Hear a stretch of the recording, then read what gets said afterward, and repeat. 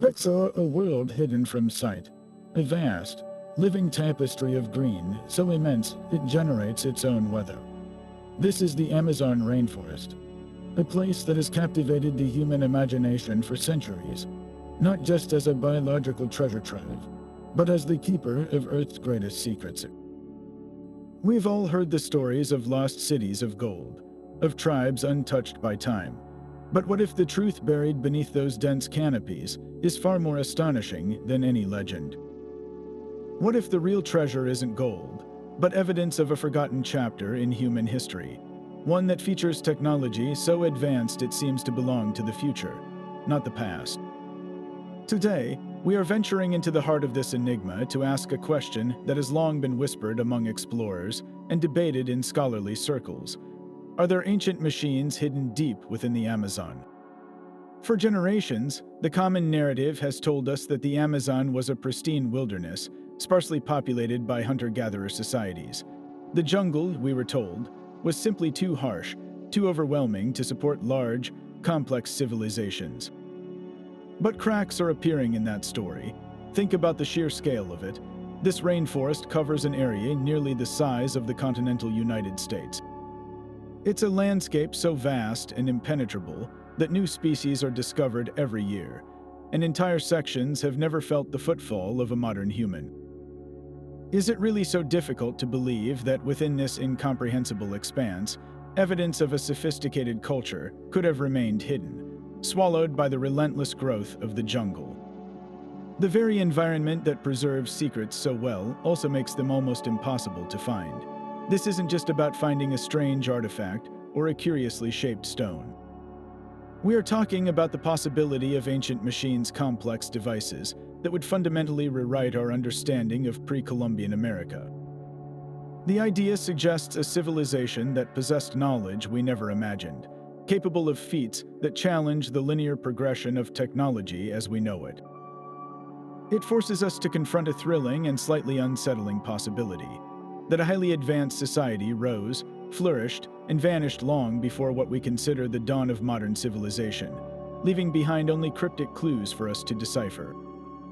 This journey will take us through compelling indigenous legends that speak of gods with incredible tools, to bizarre geological and botanical anomalies that scientists struggle to explain, and finally to the controversial theories that connect these dots into a picture of a lost technological age. So, join me as we pull back the curtain of vines and venture into the shadows, searching for the echoes of a forgotten world that might just change everything. To truly grasp the scale of this mystery, we must first appreciate the sheer, almost otherworldly nature of the Amazon basin. This isn't merely a forest, it's a continent within a continent, a living, breathing entity of staggering proportions. The numbers alone are difficult to comprehend.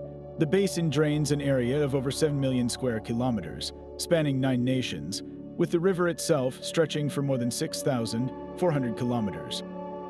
But the statistics fail to capture the reality. This is a world where the canopy forms a second sky, a dense roof of leaves that plunges the forest floor into a perpetual twilight. The humidity is a physical presence, the sounds a constant symphony of life and movement that can be both mesmerizing and utterly disorienting. This environment presents a monumental challenge to exploration, one that has effectively guarded its secrets for centuries. The jungle is a master of concealment. Vegetation grows at an astonishing rate, capable of swallowing a stone structure in a matter of decades. The soil is acidic, quickly breaking down organic materials like wood, cloth, and even bone, leaving little trace of the people who once lived there. For an archaeologist, it's like trying to solve a puzzle where most of the pieces have deliberately been designed to vanish. Early expeditions, armed with machetes and sheer determination, could only penetrate so far. They saw what seemed to be an untouched wilderness, reinforcing the idea of a green desert incapable of supporting advanced societies. It's a classic case of not finding something simply because you lack the means or the correct perspective to see it. Yet, this very hostility is what makes the Amazon the perfect vault for ancient secrets. The same conditions that destroy evidence of everyday life can paradoxically preserve larger, more enigmatic structures. Think of the famous geoglyphs discovered in the Brazilian state of Acre. These massive geometric earthworks, circles and squares carved into the ground, are virtually invisible from the forest floor. They were only revealed through decades of deforestation and, more recently, the use of satellite imagery and LIDAR technology. LIDAR, which uses laser pulses to map the ground beneath the canopy, has been a game-changer. It's like giving archaeologists X-ray vision, allowing them to peer through the dense vegetation and see the human footprint on the landscape below. What they are finding is revolutionary, not isolated villages, but evidence of vast, interconnected networks of settlements, complex road systems, and sophisticated land management on a scale that was once thought impossible. This changes the entire premise of the search. We are no longer looking for a single, lost machine in a random cave. We are considering the possibility of a civilization advanced enough to reshape its environment. If they could build causeways, canals, and enormous plazas that have lain hidden for 1,000 years, what else might they have created? The Amazon itself becomes the primary clue.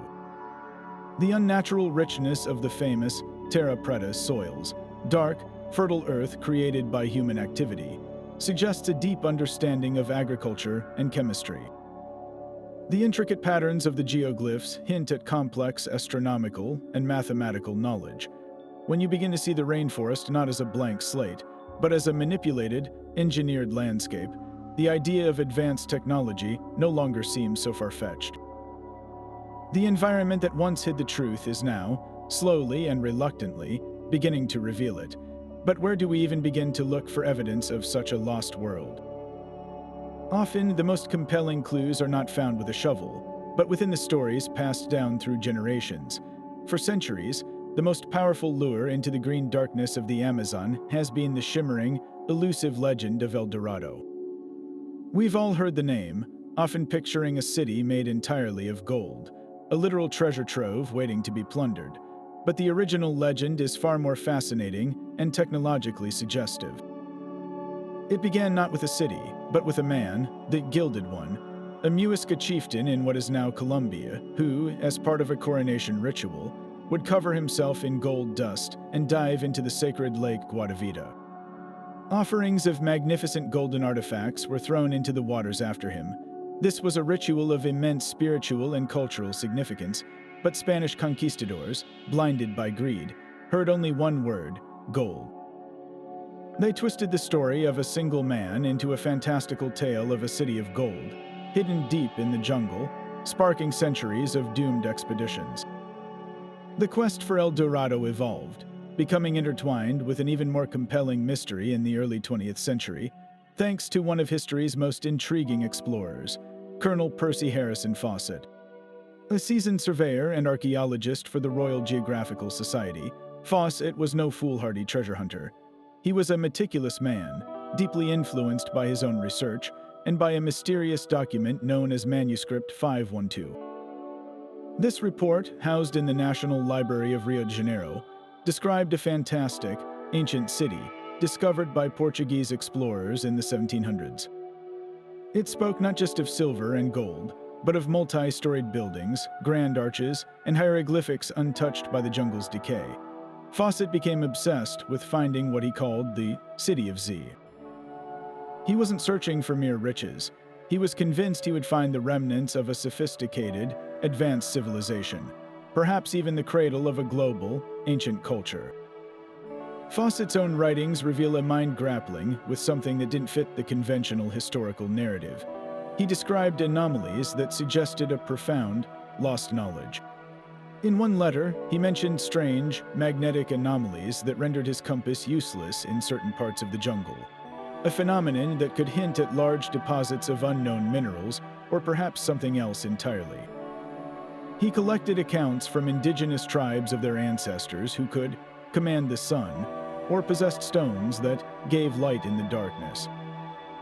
We can easily dismiss these as pure mythology, but what if they are fragmented, distorted memories of real technology, the use of lenses, or advanced metallurgy that created reflective surfaces, or even some form of primitive electrical phenomenon? Fawcett believed these stories were the key.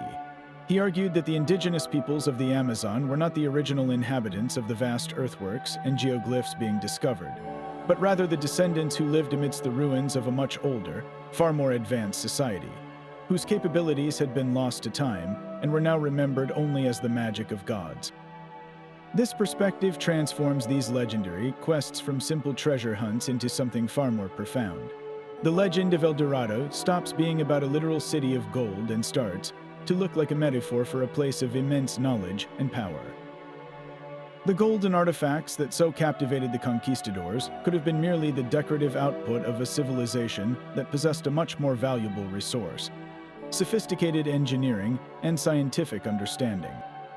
When Fawcett vanished without a trace in 1925, he left behind a mystery that has never been solved. But his greatest legacy may be the paradigm shift he championed. He forced us to consider that the stories which drove men to their deaths were not mere fantasies, but potentially the echo of a real historical truth, a truth not of gold, but of forgotten machines and the civilization that built them. Fawcett's final expedition in 1925 was the culmination of a lifetime of obsession, an undertaking so secretive that he deliberately spread false information about his route to throw off the many fortune seekers who would have followed him to their doom. He wasn't just looking for ruins. He was convinced he was on the verge of proving the existence of a still inhabited, technologically sophisticated society. The clues he followed were a tapestry woven from indigenous lore, historical manuscripts, and his own strange experiences in the jungle. Central to his quest was the belief in a city he called simply Z, a place he imagined would be powered not by conventional means, but by a mysterious, perhaps even vibrational or crystalline, energy source. He wrote of legends he had collected from various tribes, stories that spoke of a great city of the ringing rocks, or a place where the stones sang. To Fawcett, these weren't mere poetic expressions. He interpreted them as a cultural memory of advanced acoustic or vibrational technology, a form of energy harnessing that would have seemed like pure magic to outsiders. The artifacts he claimed to have seen on previous journeys fueled this belief. He spoke of a small, black, heavily polished stone idol he had acquired, its origin unknown, that he believed possessed unusual magnetic properties. He also referenced carved stones with symbols that did not match any known South American writing system, suggesting a much older and isolated culture. But the most compelling piece of evidence in his mind was the infamous manuscript 512. This document described a city with buildings so smooth they appeared to be made of a single block of stone, a feat that echoed the precision of ancient Egyptian or Incan masonry, but located in a region where such technology was supposedly non-existent. The manuscript also mentioned a central plaza with a tall, black obelisk that emitted a low hum, a detail Fawcett latched onto as a possible description of some kind of active machine or energy device. For him, these were not random myths. They were pieces of a puzzle pointing to a civilization that had mastered forces beyond our understanding. His disappearance remains one of the greatest exploration mysteries of the 20th century. The last communication from his party, which included his eldest son Jack and Jack's friend Raleigh Rimmel, was a letter sent back from a location known as Dead Horse Camp. In it, Fawcett was optimistic, writing that they were about to enter uncharted territory he believed held the key to his discovery. Then, silence. Numerous search parties were launched over the following decades, and many vanished themselves, adding to the jungle's deadly legend. The most plausible theories suggest they fell victim to disease, starvation, or an attack by a hostile tribe. However, the lack of any concrete evidence, no bodies, no abandoned equipment, has fueled endless speculation. Some believe Fawcett found his city and chose to stay, assimilating into the tribe that guarded it. Others propose a darker end, that he was killed for trespassing on sacred ground, a ground that may have held the very secrets he sought. Modern interpretations of Fawcett's clues are even more intriguing when viewed through a technological lens. Could these singing stones and humming obelisk he pursued be descriptions of piezoelectric phenomena? Certain crystals, like quartz, which is abundant in the Amazon, generate an electric charge when subjected to mechanical stress. An entire city built with such resonant stones could theoretically produce audible vibrations or even harness subtle energy. Alternatively, what he interpreted as an energy source might have been a natural geological feature, like a massive magnetic anomaly or a vent releasing subterranean gases, that a sophisticated culture learned to utilize or worship. While these ideas venture into speculative territory, they highlight a critical point. Fawcett's greatest contribution was to challenge the rigid assumptions of his time. He forced us to consider that indigenous knowledge was not primitive superstition, but a potential repository of advanced scientific understanding, however distorted by time. His clues, whether leading to a real technological marvel or simply a powerful myth, continue to draw us into the Amazon's deepest shadows, asking us if we are brave enough to follow them to their enigmatic conclusion.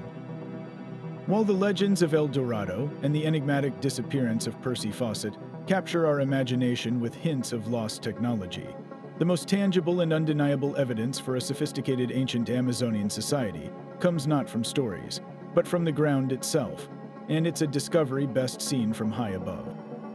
For centuries, these clues lay completely hidden beneath the unbroken green canopy, invisible to anyone standing on the forest floor. It was only with the advent of modern technology, particularly satellite imagery and aerial surveys, that researchers stumbled upon a breathtaking secret etched into the earth on a scale so grand it defies easy explanation.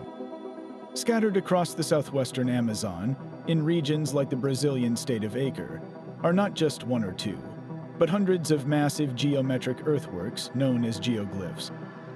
These are not simple mounds or ditches. We are talking about precise geometric shapes, perfect circles, squares, octagons, and interlocking lines dug into the clay-rich soil. Their scale is staggering. Individual enclosures can span hundreds of meters across, with trenches several meters deep and wide. The sheer effort involved is monumental. Archaeologists estimate that to create just one of these structures required moving thousands of cubic meters of earth, a task that would have taken a large, organized workforce weeks or even months to complete. But the real mystery isn't just the labor, it's the precision. The shapes are remarkably symmetrical. The sides of the squares are straight, the circles are near perfect.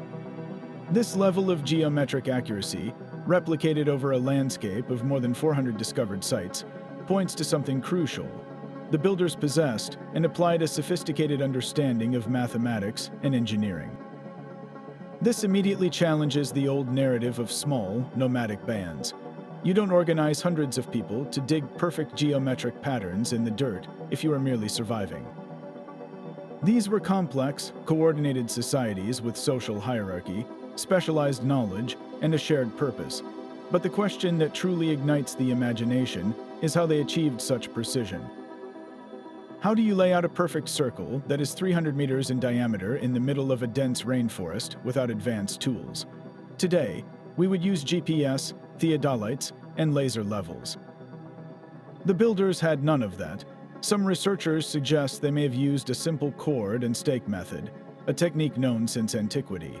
But to achieve the scale and accuracy we see, even that simple method requires an incredibly sophisticated grasp of geometry and error correction.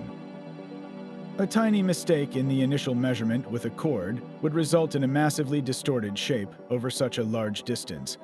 The possibility that these geoglyphs required more than simple tools is a compelling one. The consistency across hundreds of sites suggests the use of standardized techniques or even specialized surveying instruments that have not survived the acidic soil. Could they have developed a form of advanced mathematics that allowed for precise land measurement? Perhaps they used astronomical alignments, sighting lines to stars or the sun to ensure their angles were true. The geometric patterns themselves are reminiscent of crop circles or even the Nazca lines in Peru, though created in a completely different way. While the Nazca lines are superficial scratches on the desert floor, the Amazonian geoglyphs are major excavations. This distinction is important. It points to a culture that didn't just mark the surface, they profoundly reshaped it. The purpose of these enormous structures is still debated. They were likely ceremonial centers, defensive enclosures, or astronomical calendars. But regardless of their function, their very existence is a deafening statement. They are the permanent signature of a people with the knowledge, organization, and skill to alter their world on a grand scale, leaving behind a puzzle that we are only now beginning to read. So, we are left with these colossal earthworks, these geoglyphs, etched into the Amazonian soil. Their existence alone is a powerful statement, but the even bigger question is why? Why would a society invest such a massive amount of collective effort into creating these precise geometric forms across such a vast territory? The answers we find are not just about the past. They force us to rethink the very definition of technology and civilization. One of the leading theories is that these enclosures served as ceremonial centers. Imagine a large gathering of people, drawn from across the region, converging at one of these perfectly formed circles or squares. The act of entering through a single, narrow entrance, moving from the chaotic, dense jungle into a carefully defined, human-made space would have been a powerful psychological and spiritual experience. The geometric precision itself might have held symbolic meaning, representing cosmic order, the cycles of nature, or the worldview of the people. These were not just ditches, they were sacred architecture, designed to connect the community with forces greater than themselves. Another compelling idea positions the geoglyphs as astronomical observatories. Researchers have begun analyzing the orientations of the earthworks, looking for alignments with solstices, equinoxes, or significant star positions. The straight avenues and precise angles would have been ideal for marking the changing seasons, which was absolutely critical for an agricultural society. Knowing precisely when the rains would come or when to plant crops was a matter of survival. This theory suggests the builders possessed not just geometry, but a sophisticated understanding of celestial mechanics. They were mapping the heavens onto the earth, turning the landscape into a giant calendar. This level of astronomical knowledge is a form of high technology in its own right, requiring generations of careful observation and record-keeping. It's a technology of the mind, of accumulated wisdom, every bit as advanced as any physical machine. But perhaps the most intriguing possibility is that the geoglyphs had a dual purpose, combining the ceremonial with the practical. Some archaeologists point to the fact that many of these structures are connected by straight, raised causeways that extend for kilometers. This suggests a network, a system of interconnected sites. Could these places have served as both ritual centers and trading hubs, or even as part of a larger system of water management? The trenches might have helped control seasonal flooding or drainage in a landscape that constantly shifts between wet and dry. This view paints a picture of a society that was deeply integrated with its environment, engineering the land not to conquer it, but to live in harmony with its rhythms. Their technology was ecological, a sustainable form of large-scale landscape architecture that supported a significant population for centuries. Now, let's consider the practical side of this endeavor, the how. Moving the amount of earth required for just one geoglyph was a Herculean task. We are talking about societies that, as far as we know, had no draft animals like oxen or horses, and no wheeled carts. So how did they do it? The most likely answer is through sheer human labor, organized with incredible efficiency. This points to a social structure far more complex than previously imagined. It required leaders or planners who could design the project, overseers to manage the work crews, and a large, willing population to provide the muscle. This was a society capable of large-scale collective action, a hallmark of civilization, but could they have had some mechanical advantages? While there's no evidence of complex pulleys or levers, the use of simple machines is almost a certainty. Think of the digging stick, one of humanity's oldest tools. Now, imagine a lever made from a strong tree trunk, used to pry up large sections of hard-packed earth. Or woven baskets and possibly wooden sleds dragged along smoothed paths to transport the soil. This isn't futuristic technology, but it is effective engineering. The true innovation wasn't necessarily in the tools themselves, but in the logistical genius required to coordinate their use on such a massive scale. This brings us to a crucial distinction. When we hear the word technology, we often picture microchips and engines, but the technology demonstrated by the geoglyph builders was a technology of organization, of mathematics, and of environmental understanding. They had the technology to survey the land with stunning accuracy. They had the technology to mobilize and feed a large workforce. They had the technology to create a lasting impact on a landscape that actively works to erase all traces of human presence. The fact that these earthworks have survived for over 1,000 years is a testament to their skillful construction. This forces a dramatic reconsideration of the technological capabilities of ancient Amazonians.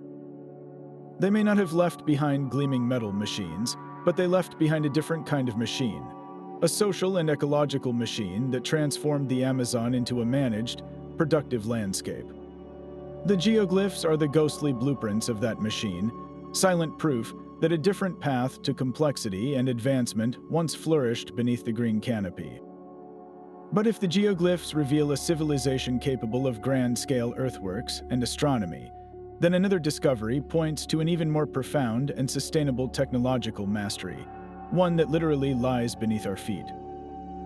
Scattered across the Amazon basin, often near the sites of these ancient earthworks, are mysterious patches of incredibly dark, rich soil that stand in stark contrast to the region's naturally thin, nutrient-poor red and yellow clay.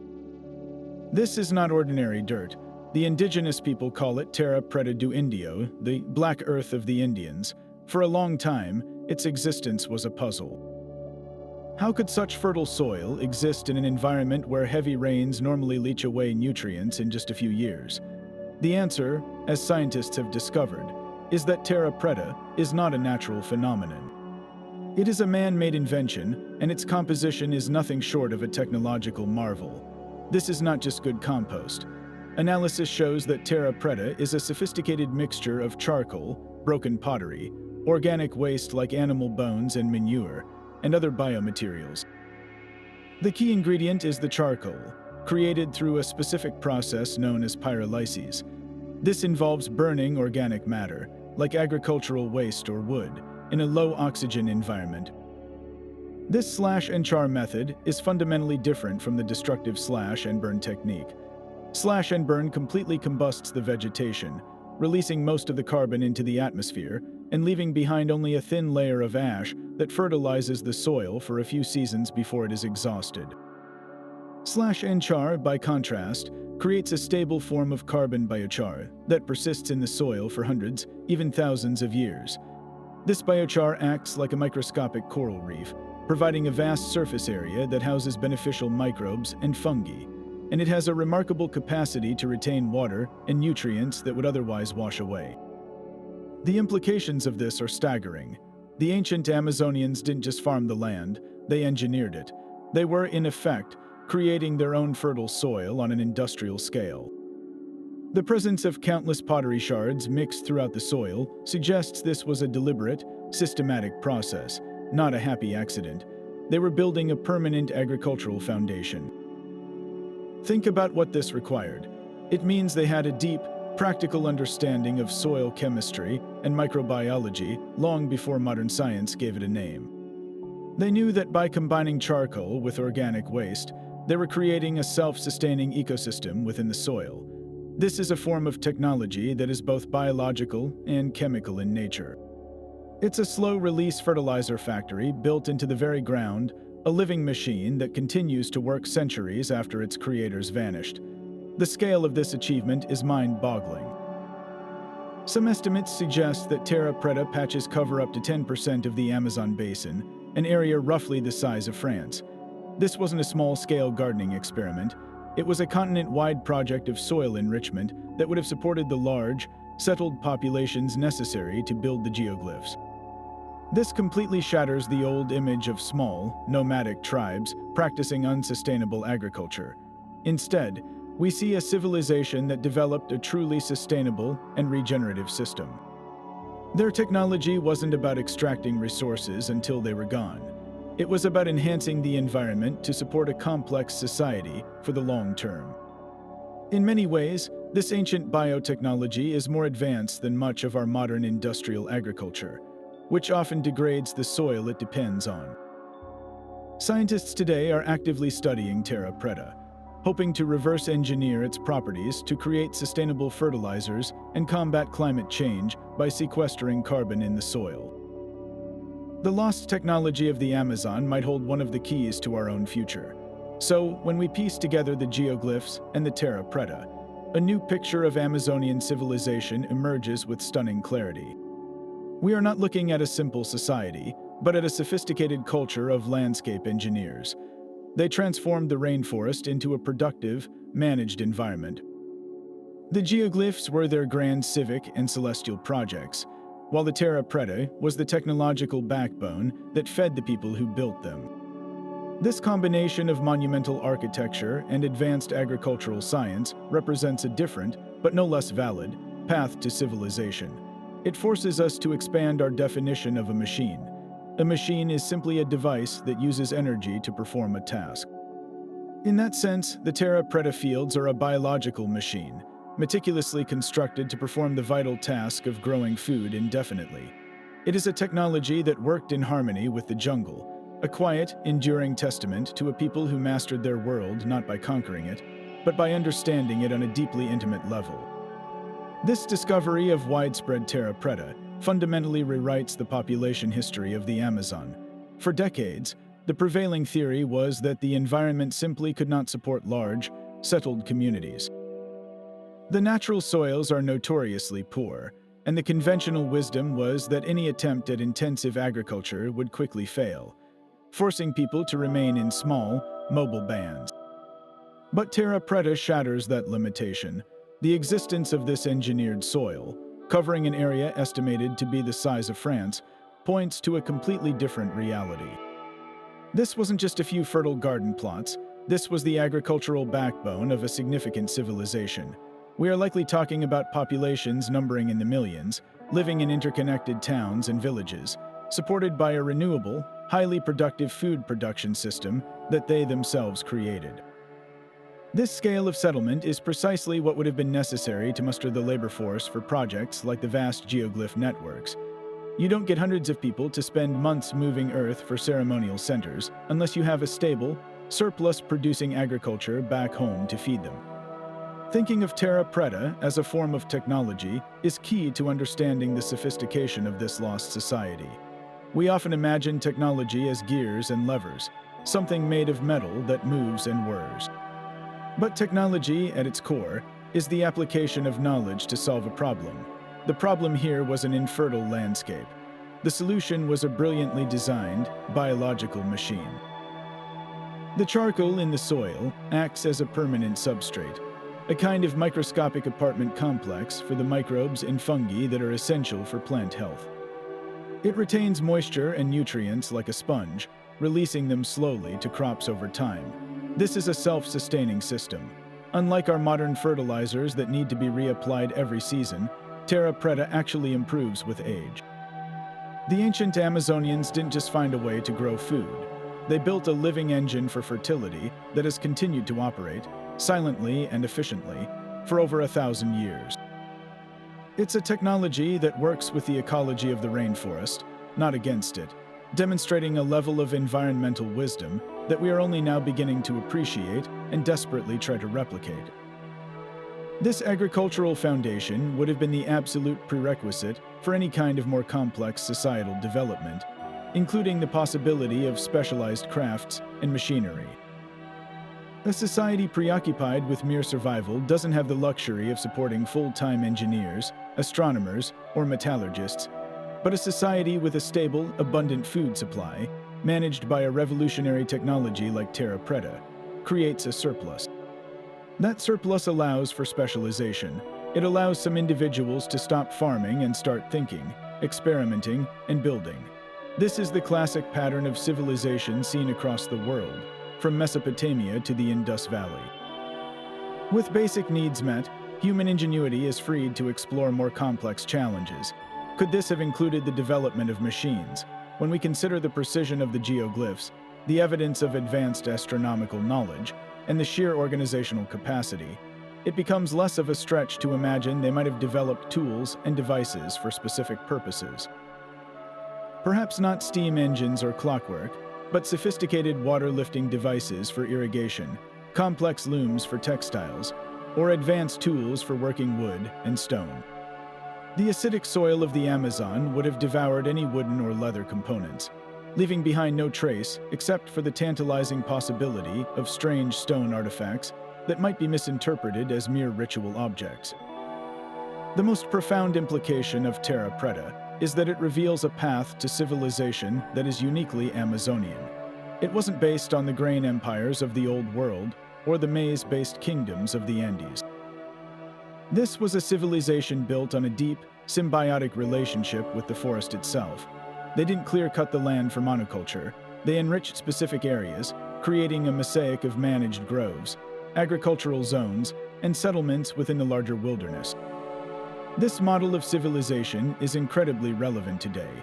It shows that large, complex societies can flourish without necessarily causing ecological collapse. In fact, they can enhance the biodiversity and fertility of their environment. The lost technology of the Amazon, therefore, isn't just a historical curiosity. It's a demonstration of a sustainable alternative, a way of living with the land that we are only now, with our modern scientific tools, beginning to understand was not only possible, but was actually achieved on a grand scale. The real machine hidden in the Amazon might not be a physical device, but this entire, elegantly engineered system of life, a system that sustained a forgotten world and might just hold lessons for our own. While the engineered landscapes of geoglyphs and Terra Preta reveal a society of master planners and agricultural chemists, another type of discovery points to a very different, and perhaps more directly mechanical, form of skill. Scattered in remote, often inaccessible parts of the Amazon basin, explorers and locals have occasionally stumbled upon objects that seem to defy explanation given the tools we traditionally associate with ancient jungle cultures. Among the most baffling of these are the enigmatic stone spheres. These are not rough, rounded boulders shaped by river currents over millennia. We are talking about near-perfectly spherical stone balls, some small enough to hold in your hand, others massive enough to weigh several tons. Their existence presents a silent, stubborn challenge to our understanding of Amazonian technological capabilities. The immediate and most striking feature of these spheres is their geometric perfection. Achieving a true sphere from a block of hard stone like granite or basalt is an incredibly difficult engineering feat. It's not just about making something round. It's about achieving a shape where every point on the surface is equidistant from the center. Even a tiny deviation would be noticeable to the touch and obvious to precise measurement. This level of precision goes far beyond what could be accomplished by simple pecking and grinding with another stone over a long period. That method might create a rounded shape, but a perfect sphere requires consistent, controlled removal of material from all sides simultaneously. Without a guiding principle or a mechanical aid, the task becomes almost impossible. The surfaces of many of these spheres are also remarkably smooth, showing signs of extensive polishing, which adds another layer of complexity to their creation. This immediately brings us to the crucial question of method. How could this have been done? When we look at other ancient cultures known for precise stonework, like the Egyptians or the Romans, we see evidence of advanced techniques. They used abrasives like sand, saws with mechanical advantage, and drilling methods. But the Amazonian environment presents a unique set of challenges and opportunities. The most plausible explanation for the spheres involves a concept that is simple in theory, but requires sophisticated knowledge to execute: the use of a rotational device. Imagine a simple lathe.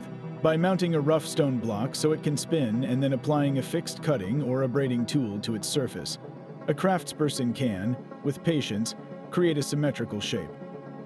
The constant rotation ensures that material is removed evenly, naturally guiding the stone toward a spherical form. The polishing could then be done with finer and finer abrasives, like sand or powdered quartz, which are abundant in the region. The idea that an Amazonian culture might have developed a basic lathe is not as far-fetched as it might seem. The components are all within reach. A simple spindle could be made from a hard, straight wood. The power could be provided by a cord rotated by hand or by a bow-like mechanism, similar to how fire drills were used. The real ingenuity would be in the bearing system, the method of supporting the spinning stone with minimal friction. This could have been achieved with hardened wooden cups or even with a lubricant like plant oil. This isn't about imagining a complex machine with gears and motors. It's about recognizing a fundamental principle of mechanical engineering rotation for precision and applying it with the materials at hand. If they developed this technology for creating spheres, it's logical to assume they could have used similar rotational principles for other purposes, like drilling holes or creating other symmetrical artifacts that have not survived the centuries. The purpose of these spheres is a mystery that is just as deep as their manufacture. Unlike the geoglyphs, which are fixed to the landscape, many of these spheres have been found moved from their original locations, making their contextual meaning difficult to decipher. Some researchers suggest they had an astronomical function, serving as markers or symbols of celestial bodies. Their perfect shape could represent the sun, the moon, or the concept of cosmic unity. Others propose a more practical use, such as crushing tools for processing grains or minerals, though the incredible effort invested in making them perfectly spherical seems excessive for a simple utilitarian purpose. A more compelling theory is that they held profound ritual or social significance. In many cultures, the sphere is a powerful symbol of completeness, power, and authority. These objects could have been symbols of chiefly power, objects of veneration, or boundary markers denoting the lands of a specific clan or family. Their sheer size and perfection would have conveyed an undeniable message of the creator's skill and authority to anyone who saw them. What makes the Amazonian spheres particularly intriguing is their similarity to other famous ancient stone balls, most notably the colossal spheres of Costa Rica. The Diqui spheres of Costa Rica share the same mind-boggling precision and size, and their purpose also remains largely unknown. This raises a tantalizing possibility. Could there be a cultural connection, however distant, across the vast distance separating the Amazon and Central America? Or more likely, does it demonstrate a principle of convergent technological evolution? That is, when different, isolated cultures face a similar challenge of how to work stone with great precision, they may independently arrive at a similar solution: the principle of rotation. The presence of these spheres in the Amazon suggests that the drive for precision and symbolic expression, and the ingenuity to achieve it, was a global human trait, not confined to the well-known civilizations of the Old World. They stand as silent, heavy monuments to a lost school of engineering, reminding us that the jungle's secrets are not always soft and biological, but can be as hard and precise as stone itself. The existence of these stone spheres forces us to confront one of the most intriguing puzzles in archaeology: the apparent mismatch between the object and the presumed capabilities of its creators. When we try to explain how they were made, we quickly move beyond simple craft and into the realm of sophisticated engineering. One of the most persistent theories involves a method that seems almost deceptively simple, but requires a deep understanding of material properties and geometry. It's known as the hammerstone technique. In this process, a large, hard stone would be roughly shaped with heavier hammerstones. Then the craftsperson would switch to smaller, more precise hammerstones to peck away at the surface, gradually working the stone toward a spherical shape. The final stages would involve grinding with abrasive sands and polishing with leather or plant fibers to achieve that astonishingly smooth finish. While this method is plausible, the level of perfection seen in the best examples suggests something more than just skilled hands. It hints at a system of quality control, a way to constantly check for deviations from the ideal sphere. This might have been done with a simple, fixed compass or a caliper-like tool made of wood, allowing the artisan to measure the diameter from multiple angles and correct any high spots. This transforms the process from mere sculpting into a form of precision machining, where the final product is defined by mathematical consistency rather than just aesthetic appeal. Another compelling hypothesis involves the use of heat. Certain types of stone can be weakened by controlled heating and rapid cooling. It's possible that the builders used fire to create fracture lines or to make the stone more workable before beginning the arduous process of pecking and grinding. This technique, known as thermal shock, would have required a precise understanding of how different rocks react to temperature changes. Applying heat in the wrong way could cause the entire stone to shatter, ruining weeks or months of labor. Successfully using this method would be a testament to a kind of proto-scientific knowledge, gained through generations of experimentation and passed down through specialized guilds of stoneworkers. The combination of thermal preparation and meticulous grinding could explain how they achieved such fine results with what we perceive as primitive tools. It's a reminder that simple technology, when applied with profound skill and accumulated wisdom, can produce results that appear miraculous to the uninitiated. But the most technologically suggestive idea, as mentioned before, is the possibility of a rotational device. Imagine a setup where the rough stone is suspended between two pivot points, perhaps set into sturdy wooden frames. By rotating the stone back and forth using a cord or a bow mechanism, similar to starting a fire with a drill, a craftsperson could hold an abrasive tool against the surface. The constant, even rotation would naturally guide the stone toward a spherical form, as high spots are worn down faster than the valleys. This is the fundamental principle of the lathe. While we have no archaeological evidence for such a device in the Amazon, the wooden components would have long since decayed. The principle is so elegant and effective that it seems a logical solution to the problem. If they did develop a form of the lathe, even a simple one, it represents a monumental leap in technological thinking. It's the difference between creating a shape by force and allowing a fundamental mechanical principle to do the work for you. This isn't just craftsmanship, it's mechanical engineering. As for the purpose of these spheres, the theories are as varied as they are fascinating. The astronomical instrument theory is particularly compelling. A perfectly spherical stone, when placed in a specific alignment, could serve as a highly accurate marker for solstices or equinoxes. Its shadow, or the way light glints off its curve at a certain time of day, could have functioned as a precise calendar for an agricultural society. In this sense, the sphere itself becomes a machine for tracking time, a solid-state computer that uses the sun as its power source. Another idea connects them to seismic activity. Some researchers have noted that certain types of stone spheres can resonate with specific vibrations. It's a speculative but intriguing thought that they could have been used as primitive seismometers, with their subtle movements indicating distant Earth tremors, giving advanced warning to populations living in a geologically active region. Of course, the function may have been more social than scientific. These objects, requiring an immense investment of labor and skill, would have been incredibly valuable. They could have been symbols of chiefly or clan authority, much like the crown jewels of European monarchs. Owning or controlling such a perfect object would be a powerful statement of power, wealth, and connection to the gods or ancestors. Their placement near important sites or along ancient pathways could have marked territorial boundaries or sacred ground. The sheer effort required to create and move them was itself a display of a leader's ability to command resources and labor. In this interpretation, the sphere is not a tool but a symbol, and its technological perfection is part of its message. We possess knowledge and skill that you cannot comprehend. This leads to the most speculative, yet most captivating question posed by the outline. Could these spheres be components of a larger, undiscovered machine? It's an idea that ventures into the realm of fringe science, but it's worth considering as a thought experiment. What if the spheres we find are the surviving pieces of a more complex apparatus? Their perfect shape suggests they were designed to move or rotate with minimal friction. Could they have been part of an astronomical model, representing planets moving on a fixed track? Or perhaps they were elements in a massive, weight-driven device for grinding grain or lifting water.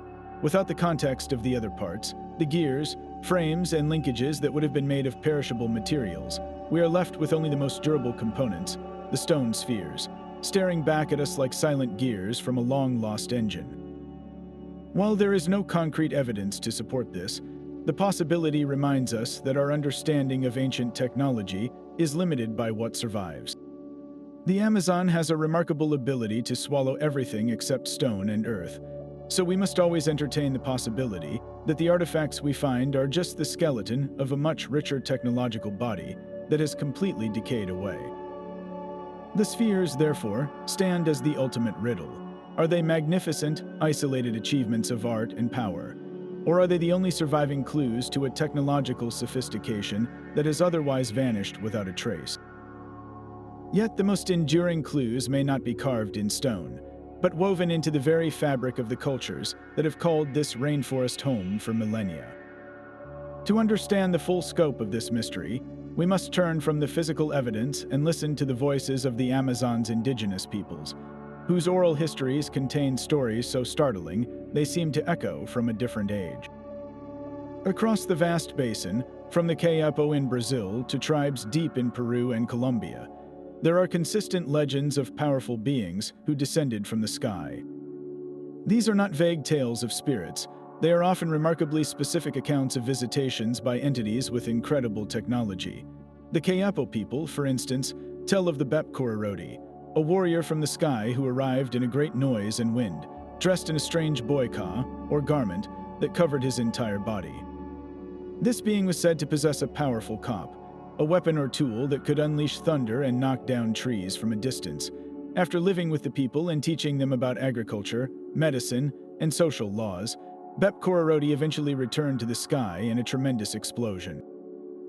When you strip away the mythological lens, the description is uncanny: a humanoid figure in a protective suit, armed with a device that projects energy, arriving and departing in a loud, explosive craft.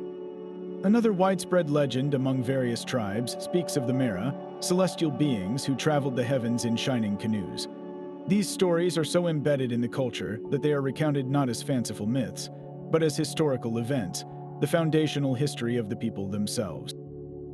So, how do we interpret these narratives? The simplest explanation, and the one favored by mainstream anthropology, is that they are purely mythological. They are symbolic stories created to explain natural phenomena like thunder and lightning, or to establish social order by attributing laws to divine sources. The sky canoe is the sun or the moon. The thunder weapon is a metaphor for the power of a storm. This is a perfectly valid interpretation. Yet, when these stories are examined alongside the growing archaeological evidence for a sophisticated lost civilization, another possibility emerges, one known as the paleocontact hypothesis, or, more popularly, the ancient astronaut theory. This idea suggests that such stories could be distorted cultural memories of real encounters with a highly advanced society, perhaps even the very builders of the geoglyphs and the creators of Terra Preta. Imagine a scenario where a more technologically advanced culture, possessing knowledge of flight or energy weapons, interacted with less developed tribes. To a people who had never seen such things, a powered aircraft would be described in the only terms they had: a shining canoe that flies, or a great, noisy bird. The being inside a protective suit would be a skyman. Over centuries of oral retelling, the literal event would become layered with symbolic meaning, eventually transforming into the sacred myths we hear today. This isn't about claiming that aliens visited the Amazon. Rather, it's a fascinating exercise in exploring how technological disparity can warp historical perception. Consider our own history. There are well-documented accounts of so-called cargo cults that emerged in the Pacific Islands during World War II. When isolated tribes encountered advanced American military technology for the first time, cargo planes, radios, jeeps, they had no framework to understand it. They incorporated these giant birds and talking boxes into their cosmology, creating new religious rituals in an attempt to summon back the wealth and power they had witnessed. If this kind of cultural transformation can happen in a single generation, what could centuries or millennia of retelling do to an even more profound encounter? The legends of the Bepkororoti and the Mera could be the Amazon's equivalent, a cargo cult narrative stretched across 1,000 years. The true power of these stories lies in their consistency and their specific, technological details. The description of a weapon that can strike from a distance with thunderous force is a recurring motif. The concept of a sealed garment that protects the wearer is another. These are not the standard attributes of nature gods. They sound like descriptions of technology. When we combine these oral histories with the physical evidence of the geoglyphs, the engineered soils, and the precision stone spheres, a pattern begins to form. It paints a picture of a society that may have reached a level of advancement that allowed for specialized, perhaps even mechanical, achievements that we are only beginning to glimpse. The indigenous stories become a crucial piece of the puzzle, not as literal truth, but as potential echoes of a real, technological past. They are the human memory of a time when the impossible seemed possible, when the gods walked the earth not as abstract spirits, but as masters of machines whose secrets now lie silent, waiting to be rediscovered beneath the endless green. But the echoes of these sky-born visitors are not confined to the Amazon alone. When we listen carefully to the world's oldest stories, we hear the same mysterious chorus rising from every continent. In the ancient Sanskrit epics of India, like the Mahabharata and the Ramayana, we find detailed descriptions of the Vimanas, magnificent flying chariots, some shaped like spheres and others like long, cylindrical arrows, capable of incredible speeds and armed with weapons that sound unnervingly familiar.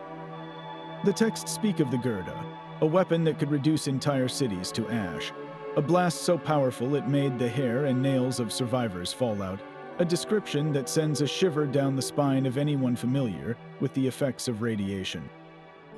Across the world, the Roman historian Livy wrote of flying shields spotted in the sky over Rome, and the ancient Greek writer Aristophanes described heroes being carried to the gods in flying machines. Even the biblical prophet Ezekiel had his famous vision of a mysterious wheel within a wheel descending from the heavens, accompanied by fire and a tremendous noise. The sheer number of these independent accounts is what makes them so compelling. It's one thing for a single, isolated culture to develop a myth about gods in the sky. It's something else entirely when cultures separated by vast oceans and thousands of years describe strikingly similar technologies: enclosed vehicles for aerial travel, powerful energy weapons, and beings in special garments. The common thread is the depiction of technology so advanced that the only way for ancient scribes to describe it was by comparing it to the most powerful things they knew: the sun, thunder, and lightning. This pattern suggests we might not be looking at pure fantasy, but at a fragmented, global memory of a singular, profound event or a recurring phenomenon. The stories from the Amazonian Kayapo about the Bapkororoti and his thunder weapon are no longer just an isolated curiosity. They become a crucial piece in a much larger, worldwide puzzle. So, what could explain these astonishing parallels? One possibility is the concept of cultural diffusion, the idea that these stories spread from a single source, carried by ancient seafarers or migrants across the globe. Proponents of this theory point to similarities in pyramid construction or flood myths as evidence of early transoceanic contact. If a story about a sky god with advanced technology originated in one place, it could have traveled along trade routes, slowly transforming to fit the local culture, but retaining its core technological elements. Another, more controversial explanation is the ancient astronaut theory, which posits that these stories are literal accounts of extraterrestrial visitations that were witnessed by ancient peoples across the planet. In this view, the Vimanas, the flying shields, and the sky canoes of the Mara are all descriptions of the same advanced spacecraft, interpreted through different cultural lenses. But there is a third, and perhaps even more intriguing, possibility rooted entirely on Earth. What if these global myths are not about visitors from another star, but about a forgotten chapter in our own human history? What if, long before the rise of what we consider classical civilization, an advanced human culture achieved a level of technology that was later lost to a cataclysm, perhaps the same global flood that appears in so many legends? The survivors of this catastrophe, scattered to the far corners of the world, would have carried with them the memories of that lost world. Over generations, the memory of their own advanced science and machinery would have faded into myth, becoming the stories of gods and their magical devices.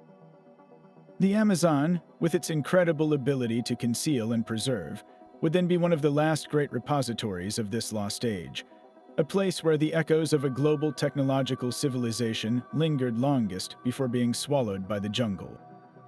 This theory, sometimes called the Silurian hypothesis, suggests that the real mystery isn't about who visited us, but about what we ourselves once achieved and forgot.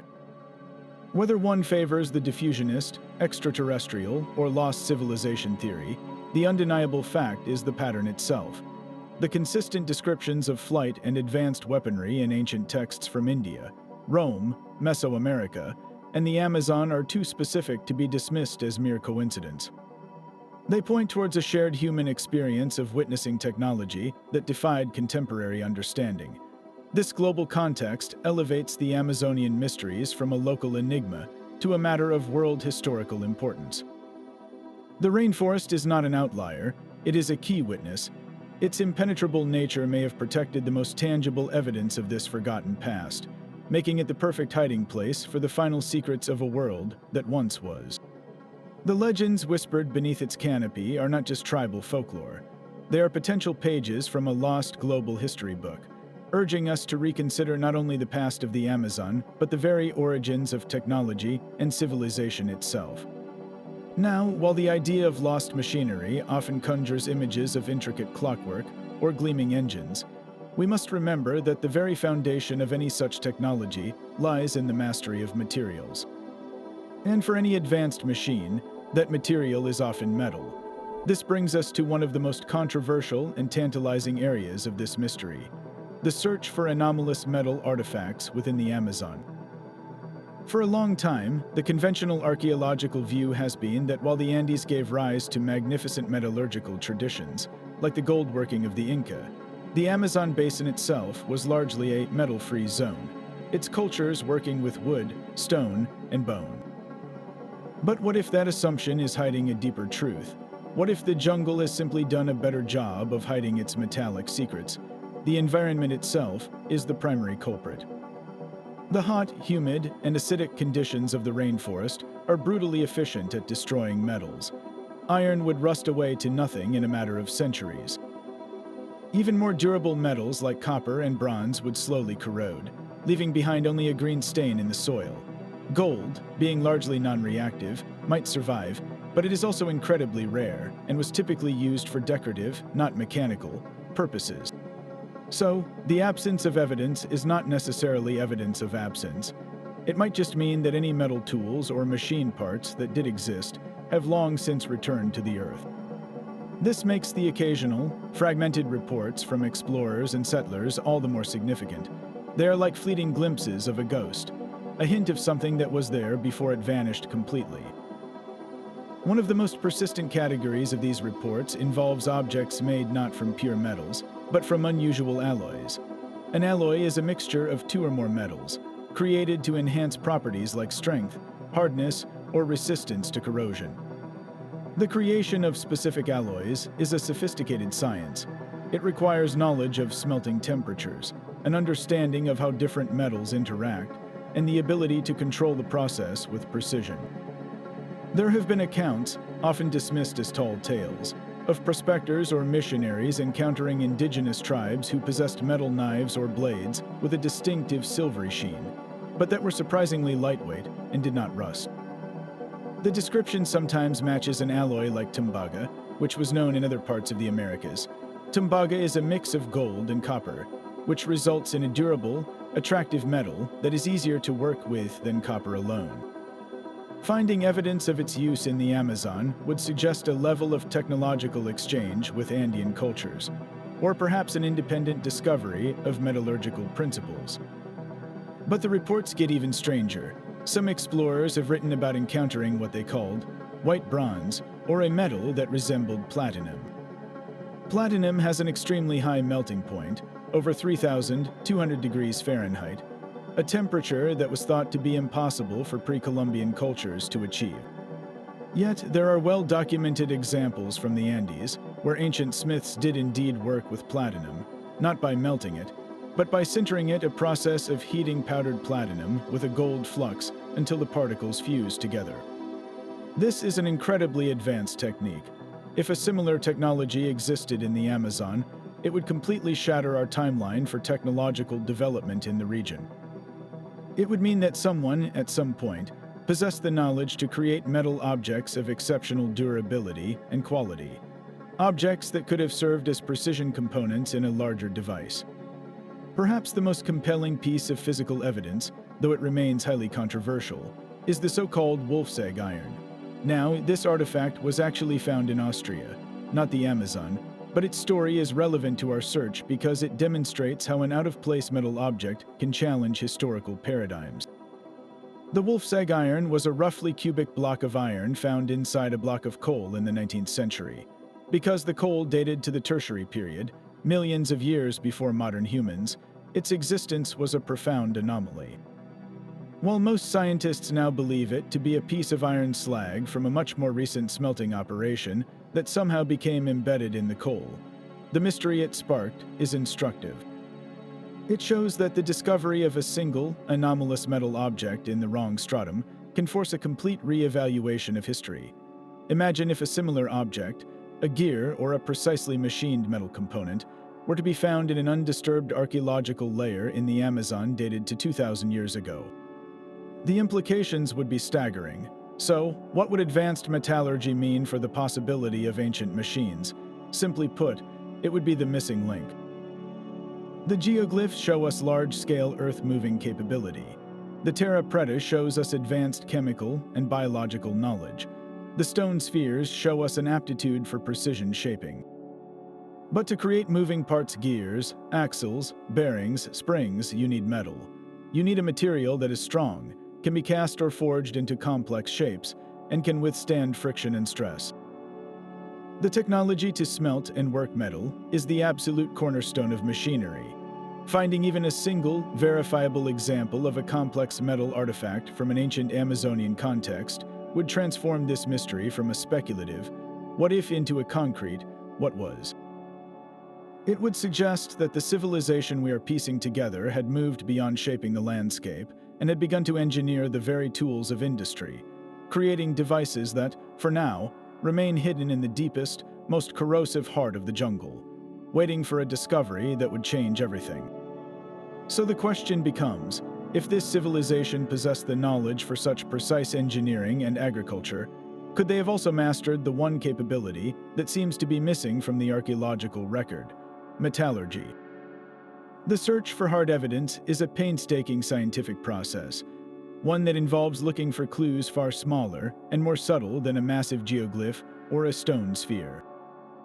In the acidic soils of the Amazon, a metal tool might completely vanish, but its ghost can linger.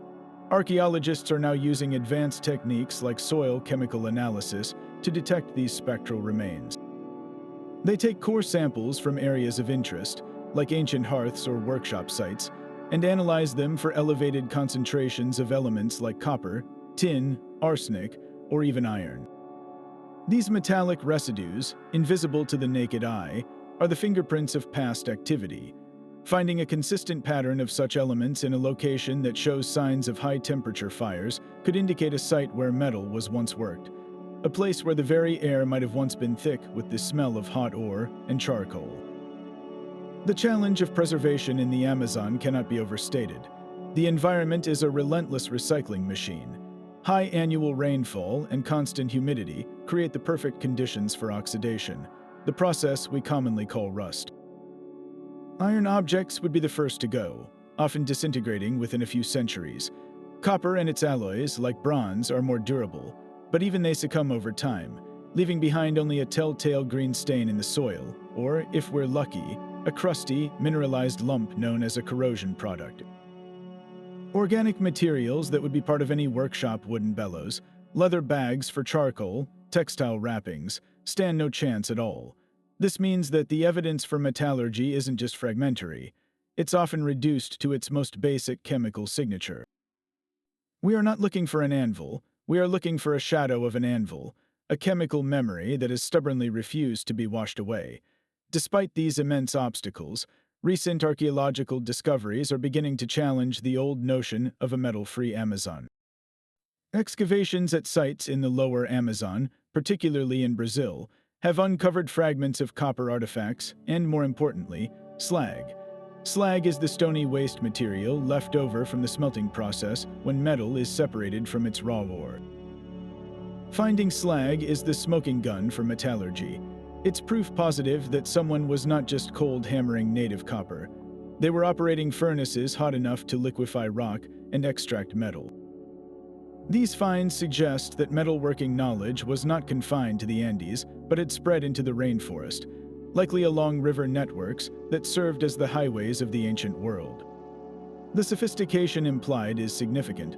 Smelting is a complex procedure that requires precise control over temperature and atmosphere, as well as a deep understanding of which rocks contain metal, and how to flux them to separate the valuable material from the waste. This leads us directly to the core question posed by our outline. If they were making machines, what were they made from?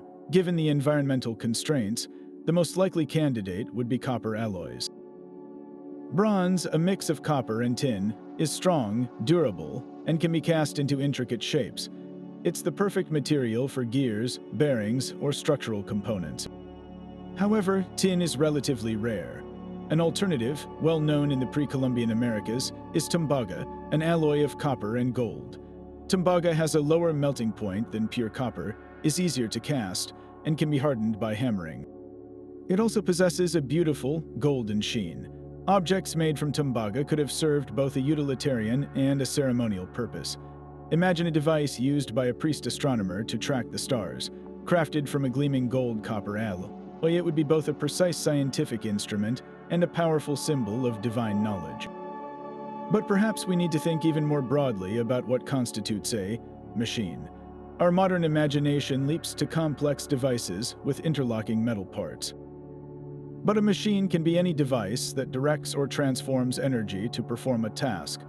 The true machines of the Amazon may have been made from materials that have completely decayed. Elaborate systems of ropes, weights, and wooden gears could have been used for irrigation or for lifting heavy stones. A water clock, used for timekeeping, could have been constructed from carved wood and ceramic vessels. A large, precise loom for weaving complex textiles is itself a form of machinery. These organic technologies would have left behind almost no trace in the acidic soil. The absence of metal, therefore, does not preclude the existence of advanced technology. It simply means that technology was built from a different toolbox, one adapted perfectly to the resources and challenges of the rainforest. The search for evidence continues, not just for gleaming metal artifacts, but for the subtle, chemical echoes of a technological paradigm that chose to build its wonders from the forest itself, leaving behind a mystery that is as much about the materials we cannot find as it is about the incredible achievements we can. But perhaps the most ambitious legend of all, one that ties together the themes of lost cities, advanced technology, and hidden networks, takes us deep beneath the very surface of the Amazon. This is the enigmatic story of Akakor, a tale that pushes the boundaries of the mystery from what lies hidden in the jungle to what might lie hidden beneath it. The account comes to us from a German journalist named Karl Brugger, who in the 1970s met and interviewed a man named Tetunka Nara, who claimed to be the chief of a remote Amazonian tribe. The story Tetunka Nara told was so extraordinary that it has become a cornerstone of alternative history. He spoke of a magnificent subterranean city called Akakor, said to be the capital of a vast empire built by ancient masters who arrived from the heavens in golden ships. According to this narrative, these ancient masters not only built Akakor, but also created an immense network of underground tunnels that connected it to other secret cities across the continent, a system allegedly stretching for thousands of kilometers. The descriptions within the city itself are what truly capture the imagination. Tetunka Nara described libraries where knowledge was stored not on parchment or paper, but on crystal sheets, and he spoke of sophisticated technology that provided light and energy deep within the earth. If even a fraction of this story were true, it would imply the existence of a civilization with geological and engineering capabilities that rival our own. The immediate question, of course, is how we separate a potentially genuine oral history from an elaborate fabrication. Tetunka Nara's credibility has been heavily disputed by investigators, and Karl Brugger himself met a tragic and mysterious end, adding a layer of dark intrigue to the entire account. Yet, the persistence of similar underground legends among other indigenous groups gives one pause, suggesting that the story of Akakor, however embellished, might be rooted in a deeper, shared memory of something real. The sheer logistical challenge of such an undertaking is staggering. Creating a tunnel network that spans a continent is not a matter of simple digging. It requires a profound understanding of geology to navigate different rock strata and avoid collapses. It demands sophisticated engineering for ventilation, to provide breathable air miles from any entrance, and for structural support to prevent the immense weight of the earth above from crushing the tunnels. In modern times, we use massive tunnel boring machines, or TBM, which are colossal mechanical worms that chew through rock with rotating cutting heads, simultaneously installing concrete segments to line the tunnel as they advance. These machines represent the pinnacle of our industrial technology. So, if an ancient culture accomplished something similar, what kind of technology would they have needed? The legend itself offers a cryptic clue. It speaks of the ancient masters possessing a powerful instrument that could melt stone, allowing them to bore through solid rock with ease, creating smooth, glass-like tunnels. This idea of a technology that can vitrify, or melt, rock is not entirely outside the realm of possibility. We know that certain natural phenomena, like lightning strikes on sandy soil, can create fulgurates glass tubes formed by the intense, instantaneous heat. Could an advanced culture have discovered and harnessed a principle to generate and direct such intense heat? Some theorists point to ancient megalithic sites around the world, like Sacsayhuaman in Peru, where enormous stones are fitted together with such precision that not a razor blade can slide between them. The surfaces appear almost melted, as if the stone was softened and then set in place. While mainstream archaeology attributes this to meticulous quarrying and grinding, the alternative theory of some form of rock softening technology persists. If such a method existed, it would revolutionize tunneling, turning an impossible excavation project into a manageable one. The tunnels of Akakor, then, would not be rough, cramped holes, but smoothly finished passageways, a subterranean highway system etched into the bedrock of the continent. Beyond the how, we must consider the why.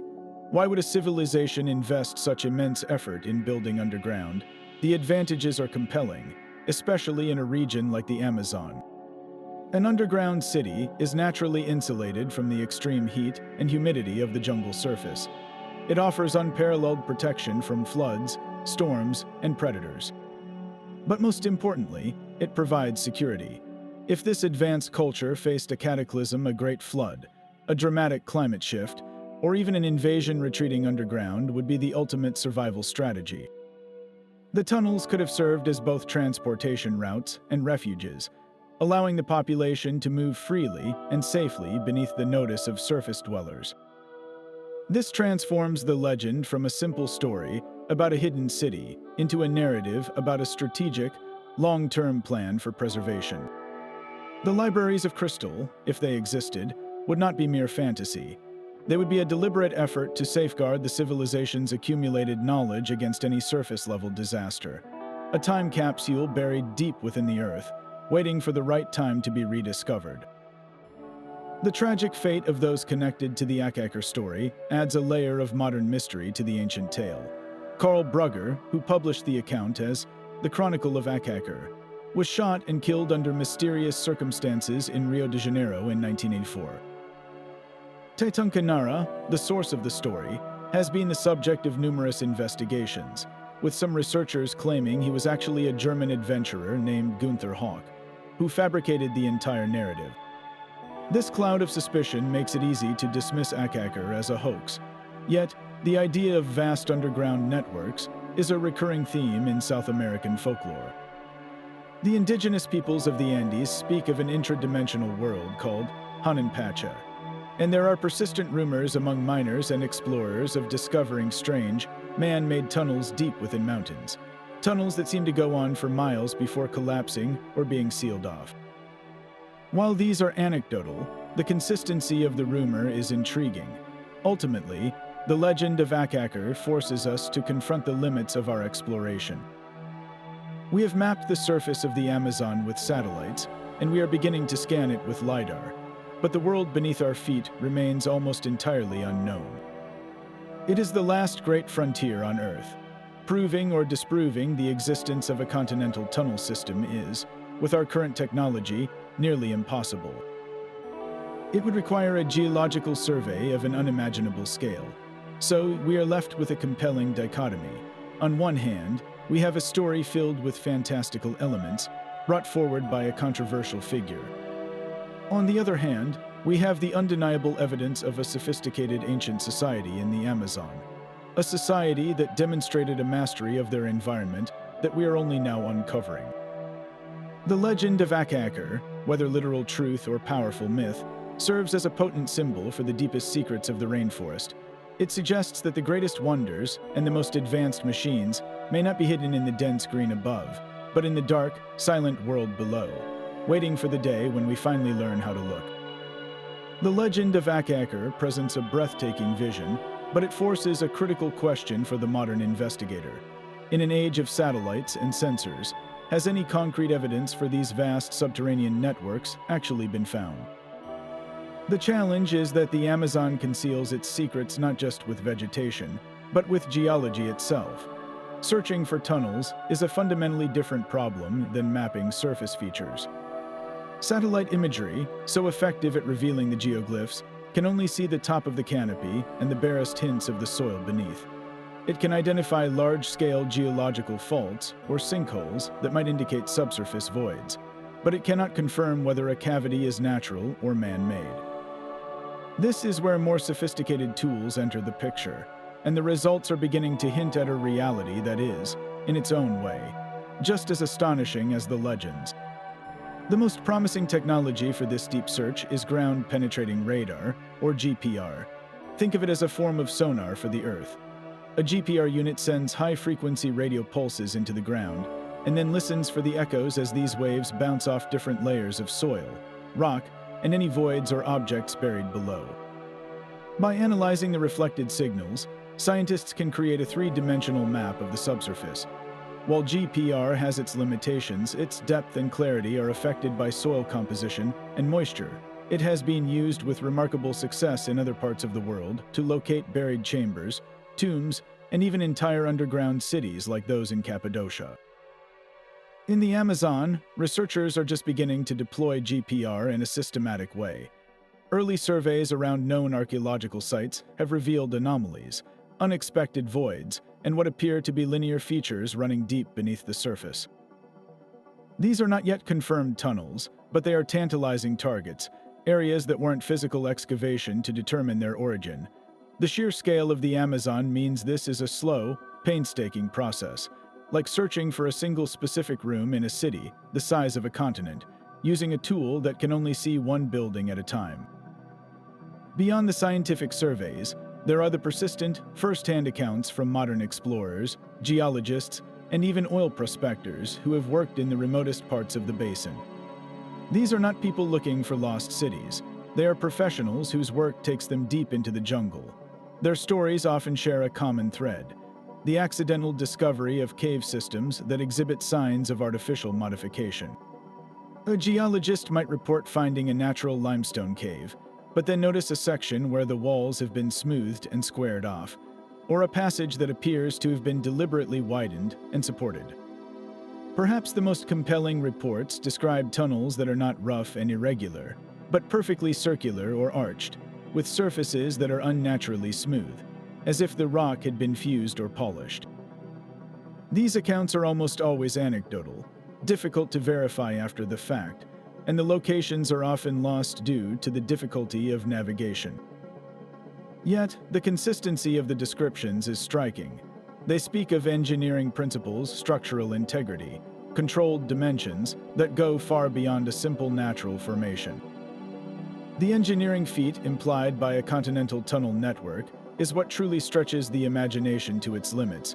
Creating a stable tunnel, even a short one, with primitive tools is a monumental task. It involves more than just digging. It requires constant structural assessment to prevent collapse, sophisticated ventilation to provide fresh air, and a plan for managing groundwater.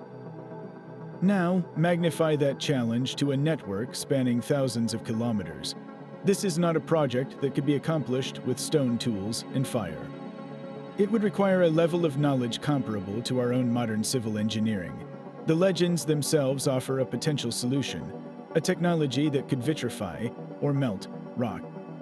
Imagine a device that could project intense heat, softening the stone so it could be shaped and leaving behind a smooth, glass-like lining that would naturally support the tunnel walls. While this sounds like science fiction, it's a concept that has been explored in modern tunneling projects, where high-powered plasma torches are being developed to bore through rock. The idea that an ancient culture might have discovered a similar principle, perhaps using focused sunlight or some form of chemical reaction we have yet to understand, is the kind of radical possibility that this mystery forces us to consider. So, where does this leave us? The scientific evidence is currently fragmentary and suggestive, not conclusive. We have GPR anomalies that require further investigation, and we have a body of compelling but unverified eyewitness testimony. What we lack is the definitive proof, a mapped, explored, and scientifically dated artificial tunnel of significant length. The search continues, driven by the growing realization that the ancient Amazon was a place of far greater complexity than we ever imagined. The existence of the geoglyphs and terra preta proves that its inhabitants were masters of large-scale landscape engineering. The step from reshaping the surface to engineering the subsurface is a large one, but it may not be an impossible leap. The modern exploration for these subterranean networks is not just a quest for a fantastical legend. It is a logical extension of the archaeological revolution currently underway in the Amazon. We are learning to see the hidden world beneath the green, and each new scan, each new expedition, brings us closer to understanding the full, and perhaps deeply buried, scope of a lost civilization's ambition. But beyond the tales of tunnels and hidden cities lies a more subtle, yet equally perplexing, layer to this mystery, one that isn't seen with the eyes, but felt with instruments and sometimes even the human body. As we push deeper into the unexplored corners of the Amazon, researchers and indigenous guides alike have reported strange, localized phenomena that defy easy explanation. These are not ancient structures or artifacts, but rather enigmatic disturbances in the very environment itself. The accounts are consistent, pockets of the jungle where the normal rules of physics seem to momentarily break down. Compasses spin erratically, unable to find magnetic north. Satellite phones and GPS units, which work perfectly everywhere else, suddenly lose their signal or display gibberish. Even battery-powered equipment can inexplicably drain or malfunction in these specific zones. For the scientists and explorers who experience this, it's more than just a technical inconvenience, it's a palpable sensation. Some describe a feeling of static electricity in the air, a tingling on the skin, or an unsettling silence that falls over an area normally buzzing with life. Indigenous tribes often regard these places as sacred or taboo, warning outsiders that they are spots where the spirit world is particularly close. While it's easy to dismiss these reports as superstition or the power of suggestion, the technological component is harder to ignore. Modern equipment is designed to be robust, and its simultaneous failure in a specific, isolated location points to a tangible, physical cause. The question then becomes, what is generating these localized energy fields or magnetic anomalies? One of the most straightforward scientific explanations points to geology. The Amazon basin sits on a complex and ancient geological foundation. There could be large, concentrated deposits of magnetic minerals, like magnetite, lying close to the surface. A significant lodestone deposit could easily disrupt a compass. Similarly, tectonic fault lines can sometimes generate weak electrical currents through a phenomenon called the piezoelectric effect, where stress on crystalline rocks creates small voltage potentials. This could theoretically account for both equipment interference and those strange physiological sensations reported by some visitors. In this view, these dead zones are simply natural, if unusual, geological features, the jungle's own version of the Bermuda Triangle, explained by the rock beneath the soil rather than anything mysterious. However, the more speculative and tantalizing theory connects these anomalies directly to the idea of a lost technological civilization. What if these energy disturbances are not natural at all, but are the faint, lingering echo of an ancient power grid? Imagine a society that had advanced to the point of harnessing natural forces. They might have tapped into geothermal vents, using the Earth's internal heat as an energy source. Or perhaps they mastered a form of Earth energy, similar to the concept of ley lines, channeling telluric currents that still flow through the ground today. If such a system existed, its infrastructure, the conductors, generators, or capacitors, would have long since corroded away. But the energy pattern itself, the resonant frequency or the shaped magnetic field that the technology created, might have subtly altered the local environment in a way that persists, like a ghostly afterimage burned into the landscape. This idea leads us to a fascinating modern parallel, the concept of radioactive contamination. After a nuclear reactor is shut down, the area around it remains radioactive for a very long time. The energy source is gone, but its effects linger. Could something analogous, though far less dangerous, be happening in the Amazon? Instead of radiation, perhaps an ancient, non-polluting technology worked by creating a stable, localized energy field to power its machines or cities. When that civilization collapsed, the power was shut off, but the imprint of that field, having been maintained for centuries, might have permanently altered the electromagnetic properties of that specific location. The anomalous zones we detect today could be the faded signature of this forgotten technology, a signal so integrated into the background that we only notice it when our own sensitive electronics react to its presence. It's a staggering thought that the jungle's silence in these spots might not be an absence of something, but the persistent presence of a whisper from a world that vanished thousands of years ago. The reports of these strange zones where technology fails and the air itself feels charged are compelling, but the critical next step is to ask what science has to say about them. Have researchers actually packed their gear and ventured into these enigmatic pockets of the Amazon to take measurements? The answer is yes, but the investigations are often informal, born from necessity rather than a dedicated paranormal study. Geologists and biologists working in remote areas are the ones who most frequently encounter these anomalies. When their compasses spin wildly or their satellite communicators die, they don't just shrug and move on, they take notes.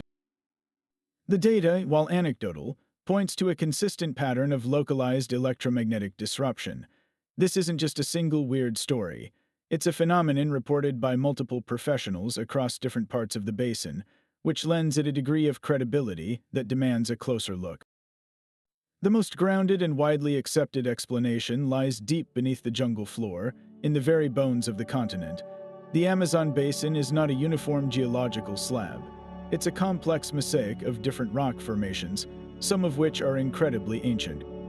In certain areas, large deposits of highly magnetic minerals, like magnetite, can lie close to the surface. A substantial lodestone deposit acts like a powerful, natural magnet, completely overpowering the subtle pull of the Earth's magnetic field that a compass relies on. This is a well-documented phenomenon in other parts of the world. Furthermore, the region is crisscrossed with geological fault lines. The immense pressures building up along these faults can generate weak electrical currents through the piezoelectric effect, where stress on crystalline rocks creates small electrical charges. This could theoretically explain both the equipment malfunctions and the strange tingling sensations reported by some individuals. From a purely scientific standpoint, these natural geological features offer a complete and logical explanation without needing to invoke any lost technology. However, the plot thickens when we consider the specificity of these zones. They are often described as being surprisingly discrete, a few hundred square meters where the phenomenon is intense, surrounded by completely normal jungle. While geology can certainly create localized anomalies, the sharp boundaries sometimes reported are intriguing. This is where the line between natural and potential artificial begins to blur fascinatingly. Could it be possible that an ancient civilization didn't just stumble upon these energetic spots, but actually learned to use them? Imagine a society with a deep understanding of their environment discovering a place where the Earth itself seemed to emanate power. They might have viewed it as sacred ground, a place where the gods spoke, but a more technologically inclined culture might have seen it as a resource. They could have learned to amplify this natural energy, perhaps by arranging specific stones to focus the field or by building structures that acted as conduits. In this scenario, the anomaly we detect today wouldn't be purely natural. It would be a natural source that was artificially enhanced, its enhanced signature lingering long after the amplifying technology has turned to dust. This leads us directly to the most captivating hypothesis, the idea of a lingering ancient power grid. It's a concept that feels like it's pulled from science fiction, but it's worth exploring as a thought experiment. What if this advanced culture developed a method of transmitting energy wirelessly, a concept Nikola Tesla experimented with over a century ago? Perhaps they used a network of resonant crystals or specially engineered monoliths, placed at strategic points across the landscape, to create a continent-wide web of power. This grid could have provided energy for their cities, their machines, and their lighting. If such a system collapsed, the primary power source would have gone silent.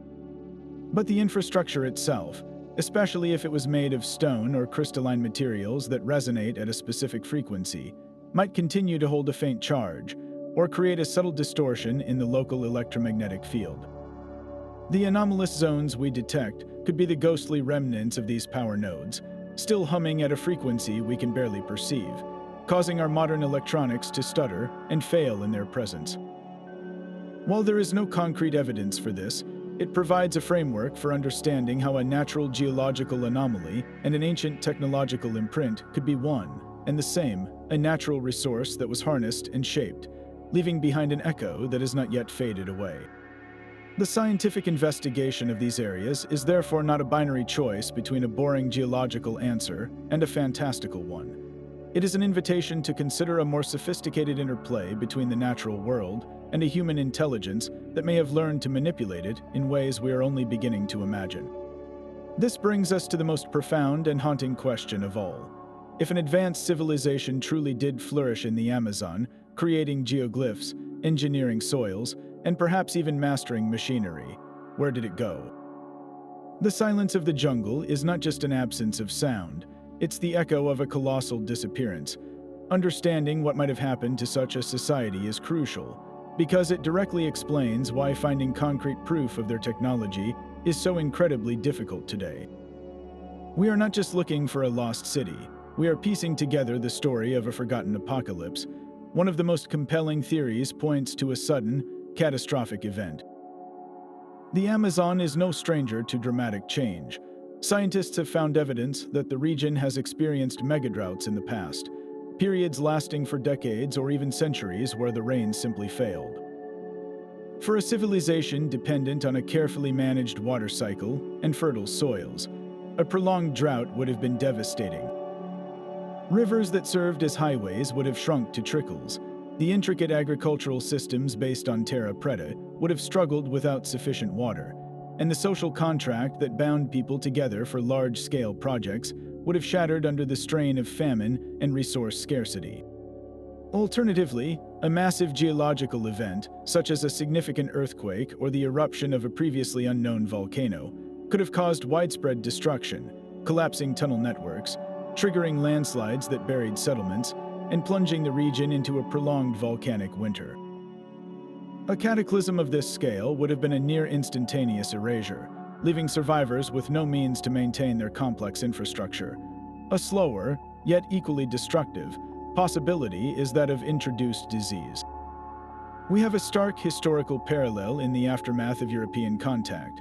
When conquistadors and missionaries arrived in the Americas, they brought with them old-world diseases like smallpox, measles, and influenza.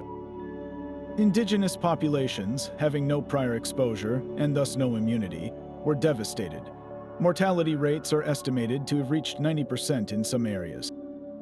While this event occurred centuries after the height of the hypothesized Amazonian civilization, it illustrates a terrifyingly efficient mechanism for societal collapse.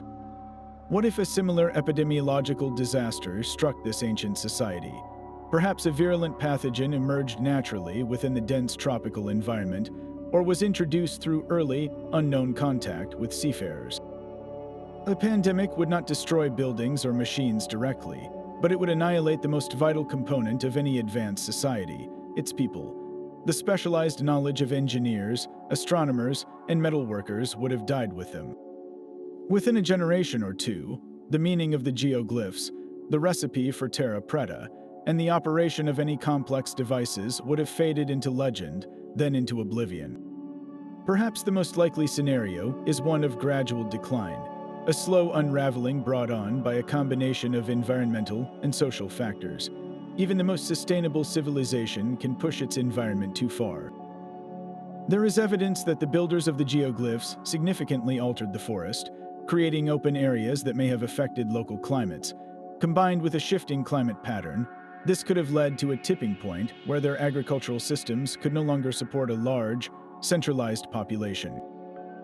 As resources became scarcer, society would have fractured. People would have abandoned the large ceremonial centers and cities, retreating into smaller, isolated tribal groups focused purely on survival. In this fragmented state, the advanced knowledge that required a large, organized society to sustain it would have become superfluous. There would be no need for astronomical calendars if you are no longer planning large-scale agriculture. There would be no one to maintain the machines if their purpose is forgotten. Over centuries, the technology wouldn't just break, it would become culturally irrelevant, its original function replaced by myth and ritual. The great civilization would have quietly transformed into the smaller, hunter-gatherer societies that early European explorers believed were the jungle's only inhabitants. This process of decline directly connects to the central challenge of finding evidence today. Imagine a sophisticated machine, perhaps made of a copper alloy and polished stone, left untended in the Amazon. The first few years would see vines and roots seeking out its moving parts, gripping and prying. The relentless humidity would encourage corrosion, slowly eating away at metal components.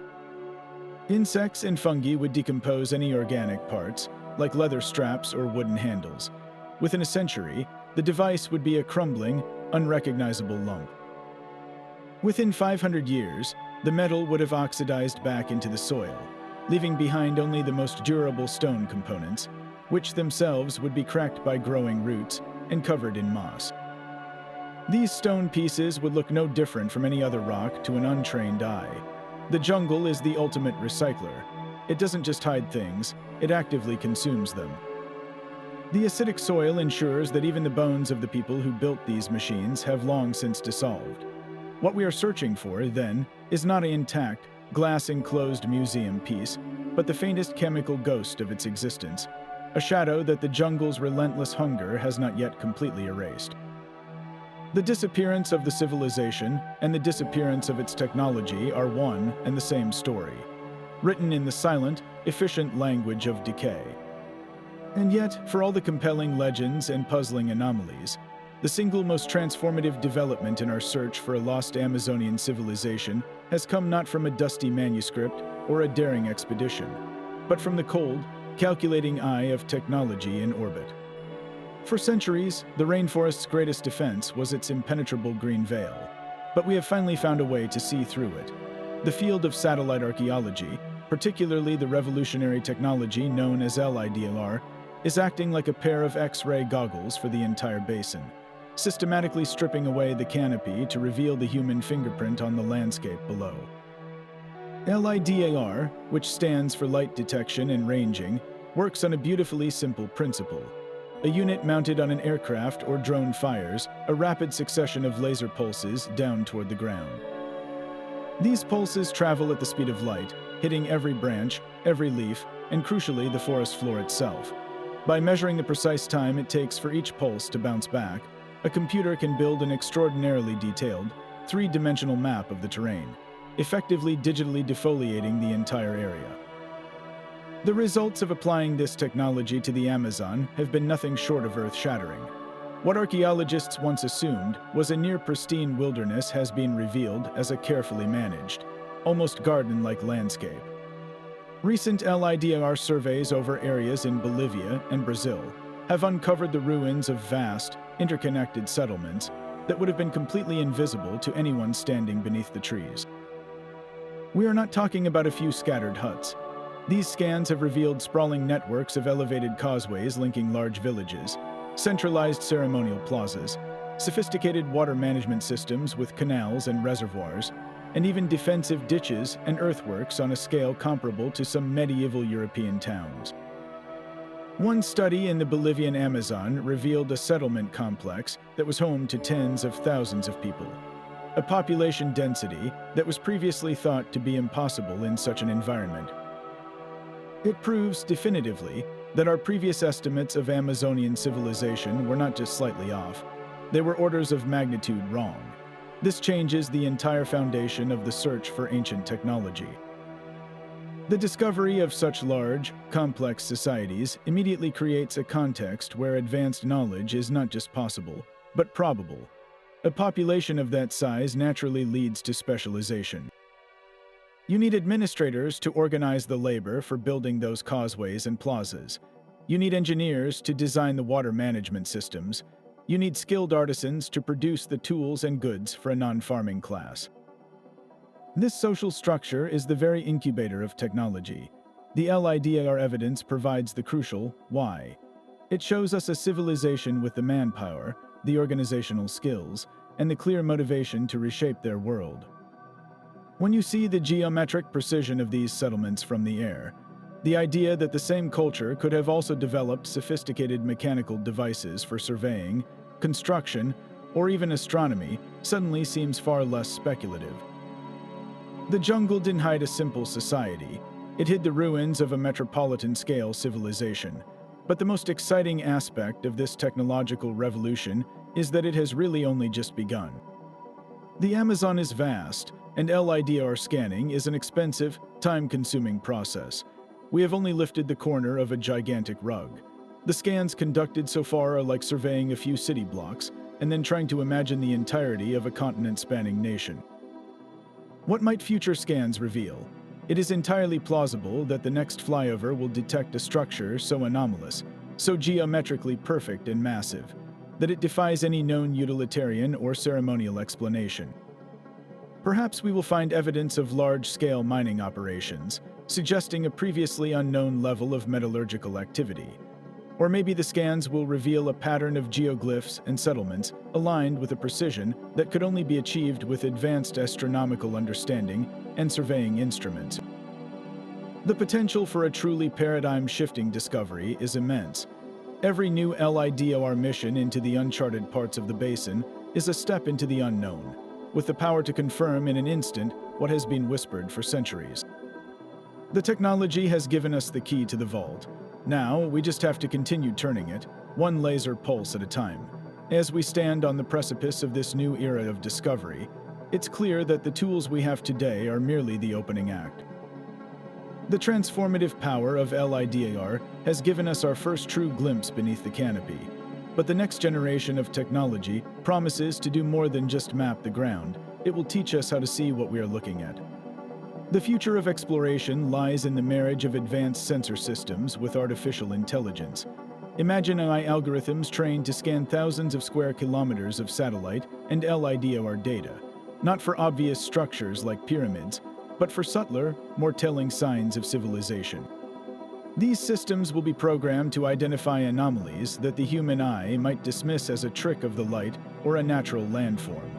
They will hunt for the ghostly signatures of ancient road networks, detecting the faint, linear depressions of causeways that have been filled in with centuries of soil.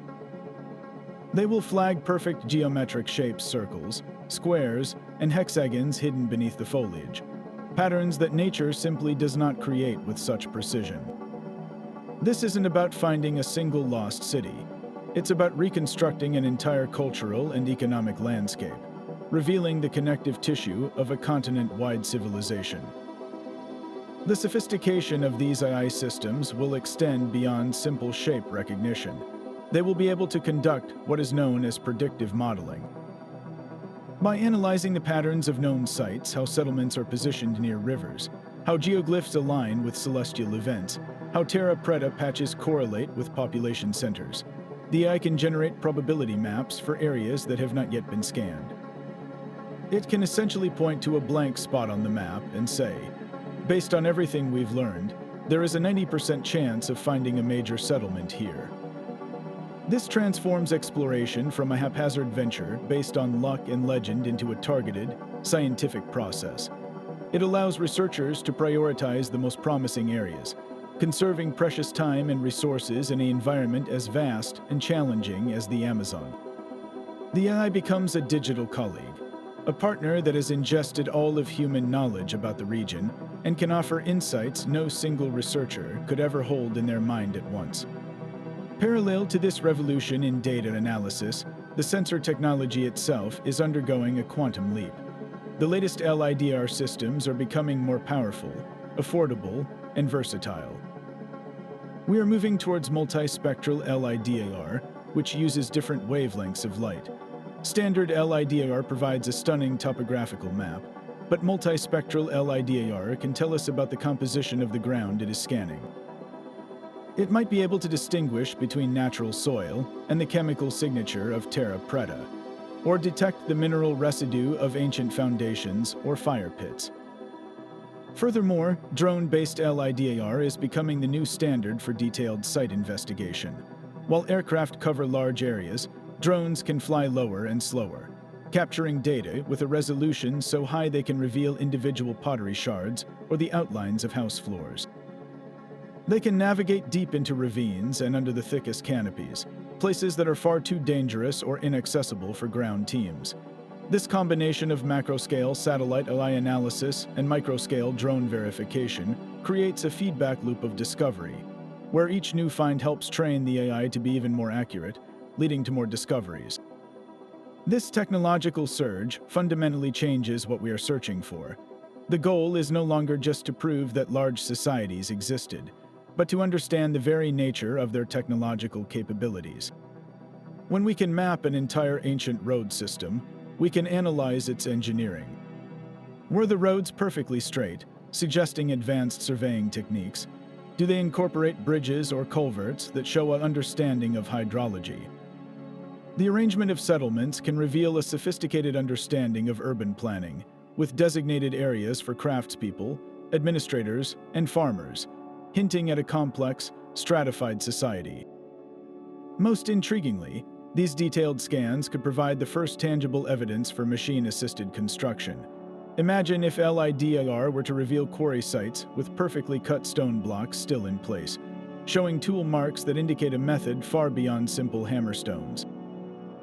Or perhaps we will find the remains of massive, ramped earthworks, whose geometry suggests the use of counterweights or pulley systems to move immense amounts of soil. The patterns left in the landscape are the frozen echoes of the processes that created them. By reading these patterns with ever-increasing clarity, we are not just looking at what was built, but how it was built, inching us closer to answering the ultimate question of what kind of machines, if any, these master builders possessed. The implications of this ongoing technological revolution extend far beyond academic curiosity. Every new discovery in the Amazon forces a profound recalibration of human history. It challenges the deeply ingrained Eurocentric narrative that civilization was a unique invention of the Middle East and Europe, later exported to the rest of the world. The emerging picture of the Amazon suggests a parallel path to complexity, a uniquely American model of civilization that thrived in harmony with its environment rather than seeking to dominate it. This isn't just about adding a new chapter to the history books, it's about rewriting the entire introduction. It proves that under the right conditions, human ingenuity can flourish in astonishingly diverse ways, offering powerful and desperately needed lessons in sustainability for our own modern world. The technology that is revealing this lost civilization, therefore, is not an end in itself. It is the key that is unlocking a treasury of forgotten knowledge, a legacy of environmental wisdom encoded in earthworks and engineered soils, waiting to inspire solutions for the future of our planet. The great machine hidden in the Amazon may not be made of gears and levers, but of ideas, and we are only now beginning to learn how to listen to its silent, enduring hum. But after such a thrilling journey through legends and anomalies, we must now pause and apply the most crucial tool in any investigator's kit, a healthy dose of skepticism. To present a complete picture, it is absolutely essential that we step back and listen to the mainstream archaeological perspective, which offers a compelling and far less speculative explanation for everything we've explored. This viewpoint, championed by the vast majority of professional archaeologists, doesn't dismiss the wonders of the ancient Amazon. It reinterprets them through a lens of profound human ingenuity. stripped of the need for lost technology or otherworldly intervention. Their argument often begins with a principle known as Occam's razor. This philosophical guideline suggests that when faced with multiple explanations for a phenomenon, the simplest one that requires the fewest unsupported assumptions is usually the correct path to follow. So, let's apply this razor to the mystery.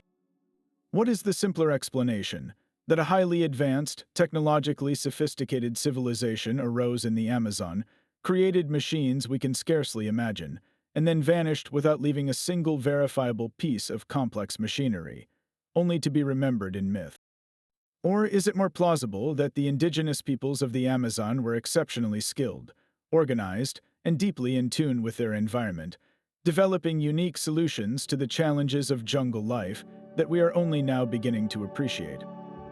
From this standpoint, the geoglyphs are not evidence of advanced surveying machines, but monuments to human labor and social cohesion. The precise geometry can be explained by simple but brilliantly applied techniques, like using a long, fixed rope anchored to a central stake to create a perfect circle. The consistency across hundreds of sites points not to standardized technology, but to a shared and well-developed cultural knowledge of geometry and astronomy, passed down through generations of skilled planners. The astonishing terra preta soil is a perfect example. The skeptical view celebrates this not as a mysterious biotechnology, but as a landmark achievement in sustainable agriculture. It demonstrates a deep, empirical understanding of soil science developed through centuries of trial and error. These ancient people observed that charcoal from their fires, mixed with organic waste, created patches of land that were incredibly fertile. They then replicated and scaled this process intentionally.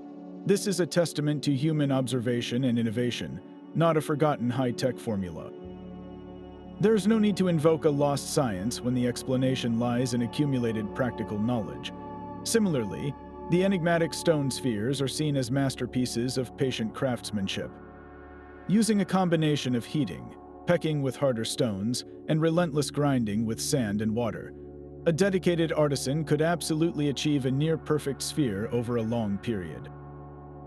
The incredible effort invested makes perfect sense if these objects held immense cultural or ritual significance, serving as symbols of power, cosmic bodies, or territorial markers whose value was derived from the sheer skill and labor required to create them. When we turn to the legends of sky gods and powerful weapons, mainstream anthropology offers a different kind of insight. These stories are understood not as distorted history, but as rich mythological frameworks that ancient cultures used to explain the world around them. The thunderous weapon of a sky god is a poetic personification of lightning. The protective suit is a way to describe something alien and powerful. These narratives serve to codify social laws, explain natural phenomena, and unite people under a common belief system. The comparisons to global myths are seen not as evidence of a worldwide event, but as a reflection of shared human psychology. People everywhere used the most powerful forces they knew, the sun, the sky, storms, to conceptualize the divine. The recent discoveries made by LIDAR are the cornerstone of this skeptical perspective. They don't point to a technological utopia, but to a remarkably successful and complex society that mastered landscape engineering on a grand scale. The causeways, plazas, and settlements reveal a civilization that was sophisticated in its social organization, not in its possession of machinery. They moved earth with baskets and coordinated labor with human intelligence. This view argues that we are doing a disservice to these incredible cultures by implying their achievements were so miraculous that they must have required outside help or forgotten technology. The truth, they contend, is even more impressive. Humans, with nothing but their wisdom, teamwork, and intimate knowledge of their environment, built a civilization that thrived in one of the most challenging landscapes on Earth. Now, this journey through the Amazon's deepest secrets would be incomplete if we didn't take a moment to clear the air. The search for lost civilizations and ancient technology is a field that, unfortunately, attracts more than its fair share of wild speculation, outright fabrications, and well-intentioned misunderstandings.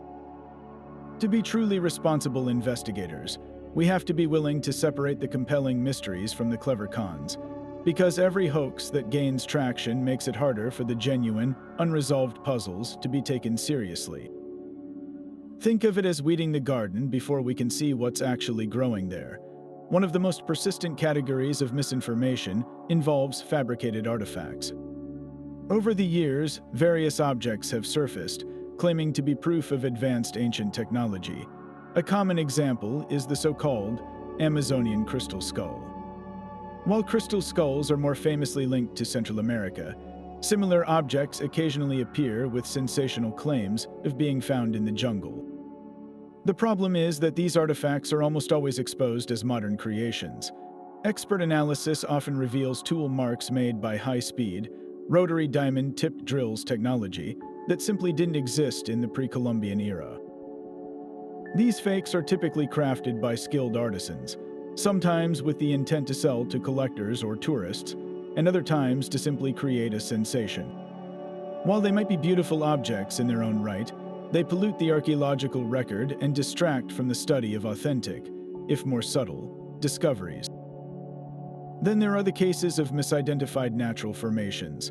The Amazon is a geologically dynamic and bizarre place, where wind, water, and time can sculpt rock into shapes that look unnervingly artificial. A pile of stones that appears to be a collapsed wall might simply be a talus slope at the base of a cliff. A strangely symmetrical hole in the ground could be the result of a tree's root system decaying, not an ancient mine shaft. Even the famous stone spheres we discussed earlier are sometimes dismissed by skeptics as being naturally formed concretions where minerals gradually accumulate around a core, creating a spherical shape over millions of years. While this natural explanation doesn't account for the precision and context of all the spheres, it highlights a critical point. Our human brains are wired to see patterns, especially faces and structures, in random shapes. This phenomenon, called pareidolia, is a constant companion in the search for the unknown, and a disciplined researcher must always rule out the hand of nature before invoking the hand of an ancient engineer. Perhaps the most damaging hoaxes are those built around entire narratives, like the enduring story of Akakor we explored earlier. While the legend is powerful, its primary source, Tetunkanara, has been thoroughly investigated. Evidence strongly suggests he was not an indigenous chief, but a German adventurer named Gunther Hawk, who crafted an elaborate fantasy. The tragic fate of those who pursued his story, like journalist Karl Brugger, adds a layer of dark intrigue, but it doesn't validate the claims. When the core source of a story is compromised, the entire edifice crumbles. These elaborate fables do a disservice to the real, albeit less dramatic, work of archaeologists who are painstakingly uncovering the truth through soil analysis, carbon dating, and LIDAR scans. They create an expectation of finding a literal city of gold or a functioning ancient power source, setting people up for disappointment when the reality, though still astounding, is one of earthworks, pottery shards, and engineered soils. So, how do we navigate this tricky landscape? The key is to adopt a mindset of cautious openness. This means embracing the scientific method, demanding evidence, welcoming peer review, and modifying our beliefs when new, reliable data comes to light. It's the difference between saying, "This legend must be true," and asking, "What testable hypothesis can we derive from this legend, and how can we investigate it?" For instance, instead of accepting the Akakor tunnel network as fact, we can use its description to guide a scientific search for subsurface anomalies using ground-penetrating radar in the general region it was said to exist. This approach doesn't kill the mystery, it refines it. It transforms a wild claim into a research question. By debunking the hoaxes and clarifying the misunderstandings, we aren't closing the book on the Amazon's secrets. On the contrary, we are cleaning the lens, allowing us to see the genuine, unresolved anomalies with greater clarity and focus. The real wonders of the Amazon are incredible enough without needing to invent any others. So, after this deep exploration, we are left standing before a vast mosaic of evidence, each piece intriguing on its own. But the real question is whether they lock together to form a coherent picture. Let's gather these disparate threads: the colossal earthworks, the engineered soils, the enigmatic spheres, the persistent legends, and the tantalizing anomalies, and see if a pattern emerges when we view them not as isolated curiosities, but as parts of a single, grand narrative. The challenge is to balance the scientific rigor of archaeology with the compelling whisper of possibility, to see if the weight of cumulative evidence tips the scales toward a new understanding of our past. One way to approach this synthesis is to consider the principle of cumulative credibility. A single anomaly, like a strange legend or an oddly shaped stone, can easily be dismissed as coincidence or misinterpretation. But when multiple, independent lines of inquiry all point in a similar direction, the case becomes stronger. For instance, the discovery of the geoglyphs proves the existence of large, organized societies capable of complex engineering. This finding, once considered fringe, is now established fact. Then we have the terra preta, which demonstrates a sophisticated, scientific understanding of agriculture and soil chemistry that could support those large populations. These two pieces of evidence are no longer speculative, they are the bedrock foundation. Upon this foundation, we can then place the more enigmatic pieces. The precision of the stone spheres suggests a level of craftsmanship that goes beyond simple tool use, hinting at mechanical aids. The indigenous legends, with their strikingly consistent descriptions of advanced technology and sky beings, could be interpreted as cultural memories of that craftsmanship and knowledge, later mythologized. Even the modern reports of electromagnetic anomalies, while far from proven, fit a pattern of lingering environmental effects from a technology that manipulated natural forces. While no single piece is a smoking gun, the convergence is undeniable. It's like hearing the same story from multiple witnesses who have never met. The details may vary, but the core narrative holds together. However, a truly balanced assessment requires us to actively argue against this synthesis. The skeptical viewpoint, which is crucial for intellectual honesty, would posit that we are engaging in a form of pattern recognition bias. We are so eager to see a lost technological civilization that we are connecting dots that are not actually related. From this perspective, the geoglyphs and terra preta are magnificent achievements of human ingenuity that require no advanced technology to explain, just immense social cooperation and accumulated practical knowledge. The stone spheres are masterpieces of patient, low-tech craftsmanship. The legends are purely mythological, symbolic stories to explain the natural world. And the electromagnetic anomalies have straightforward geological explanations. In this view, attempting to weave them all into a single narrative of a lost advanced culture is a classic example of confirmation bias, where we selectively focus on evidence that supports our exciting theory while ignoring more mundane, but equally valid, explanations. This perspective insists that the simplest answer, that ancient Amazonians were brilliant and resourceful within the known technological parameters of their time, is almost certainly the correct one. Yet, even after acknowledging this strong counter-argument, a nagging question remains. Does the simplest explanation truly account for the scale and precision of what we are finding?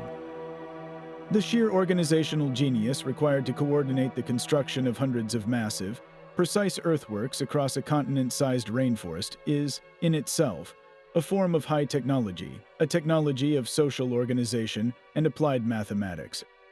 When you combine this with the biological engineering of terra preta, you have a civilization that had mastered its environment to an astonishing degree. This level of mastery inevitably leads to specialization and innovation. Is it really such a leap to suggest that this innovation could have extended into the mechanical realm? Our own history shows that once a society solves its basic problems of food and shelter, its creative energy explodes into art, science, and engineering. The acidic soil of the Amazon would have consumed all evidence of such endeavors except for the most durable materials, stone and earth. What we are finding may only be the skeleton of that civilization, the parts that were made to last. The flesh and blood, the tools, the textiles, the machines of wood and metal have simply returned to the earth. Therefore, the most compelling synthesis may not be a binary choice between a simple society and a futuristic one, but a recognition of a different technological path. We tend to measure advancement by our own industrial standards, metallurgy, engines, and electronics. But what if the Amazonian civilization perfected a different kind of technology? A sustainable, biocentric technology rooted in an intimate understanding of ecology, botany, and geology. Their greatest machine wasn't a device with gears, it was the entire managed landscape itself. The geoglyphs were its control panels and ceremonial interfaces. The terra preta was its self-renewing power source. The precise stone spheres may have been components of astronomical calculators or symbols of the cosmic order they understood so well. In this light, the legends of gods with powerful tools are not necessarily about literal visitors, but a metaphorical representation of their own lost scientific knowledge, which would have seemed like magic to their descendants after a societal collapse. The cumulative evidence, then, points not to a culture that possessed lasers and flying ships, but to one that achieved a sublime harmony with their world, reaching a peak of sustainable civilization that we are only now, with our satellites and sensors, beginning to comprehend, and from which we have everything to learn. So, after this deep journey through legend and emerging science, we are left with that fundamental question: are there ancient machines hidden in the Amazon? The truth is, we may never uncover a gleaming, intact device sitting in a hidden chamber. The jungle is too efficient a recycler for that, but perhaps we have been looking for the wrong kind of machine. The real marvel may not be a contraption of metal gears, but something far more profound and enduring. We have already found the evidence of a civilization that acted as a massive, sophisticated engine for shaping the world around it. The geoglyphs are the physical output of a social machine of incredible organizational power. The terra preta soils are the product of a biological machine designed for perpetual fertility. Together, they reveal a society that mastered ecological engineering on a continental scale. This, in its own right, is a form of high technology, one that we are only now beginning to understand and desperately need to learn from. The pursuit of this mystery, regardless of the final answer, is far from a futile exercise. It is a process that relentlessly pushes the boundaries of archaeology and forces us to continually question the linear narrative of human progress.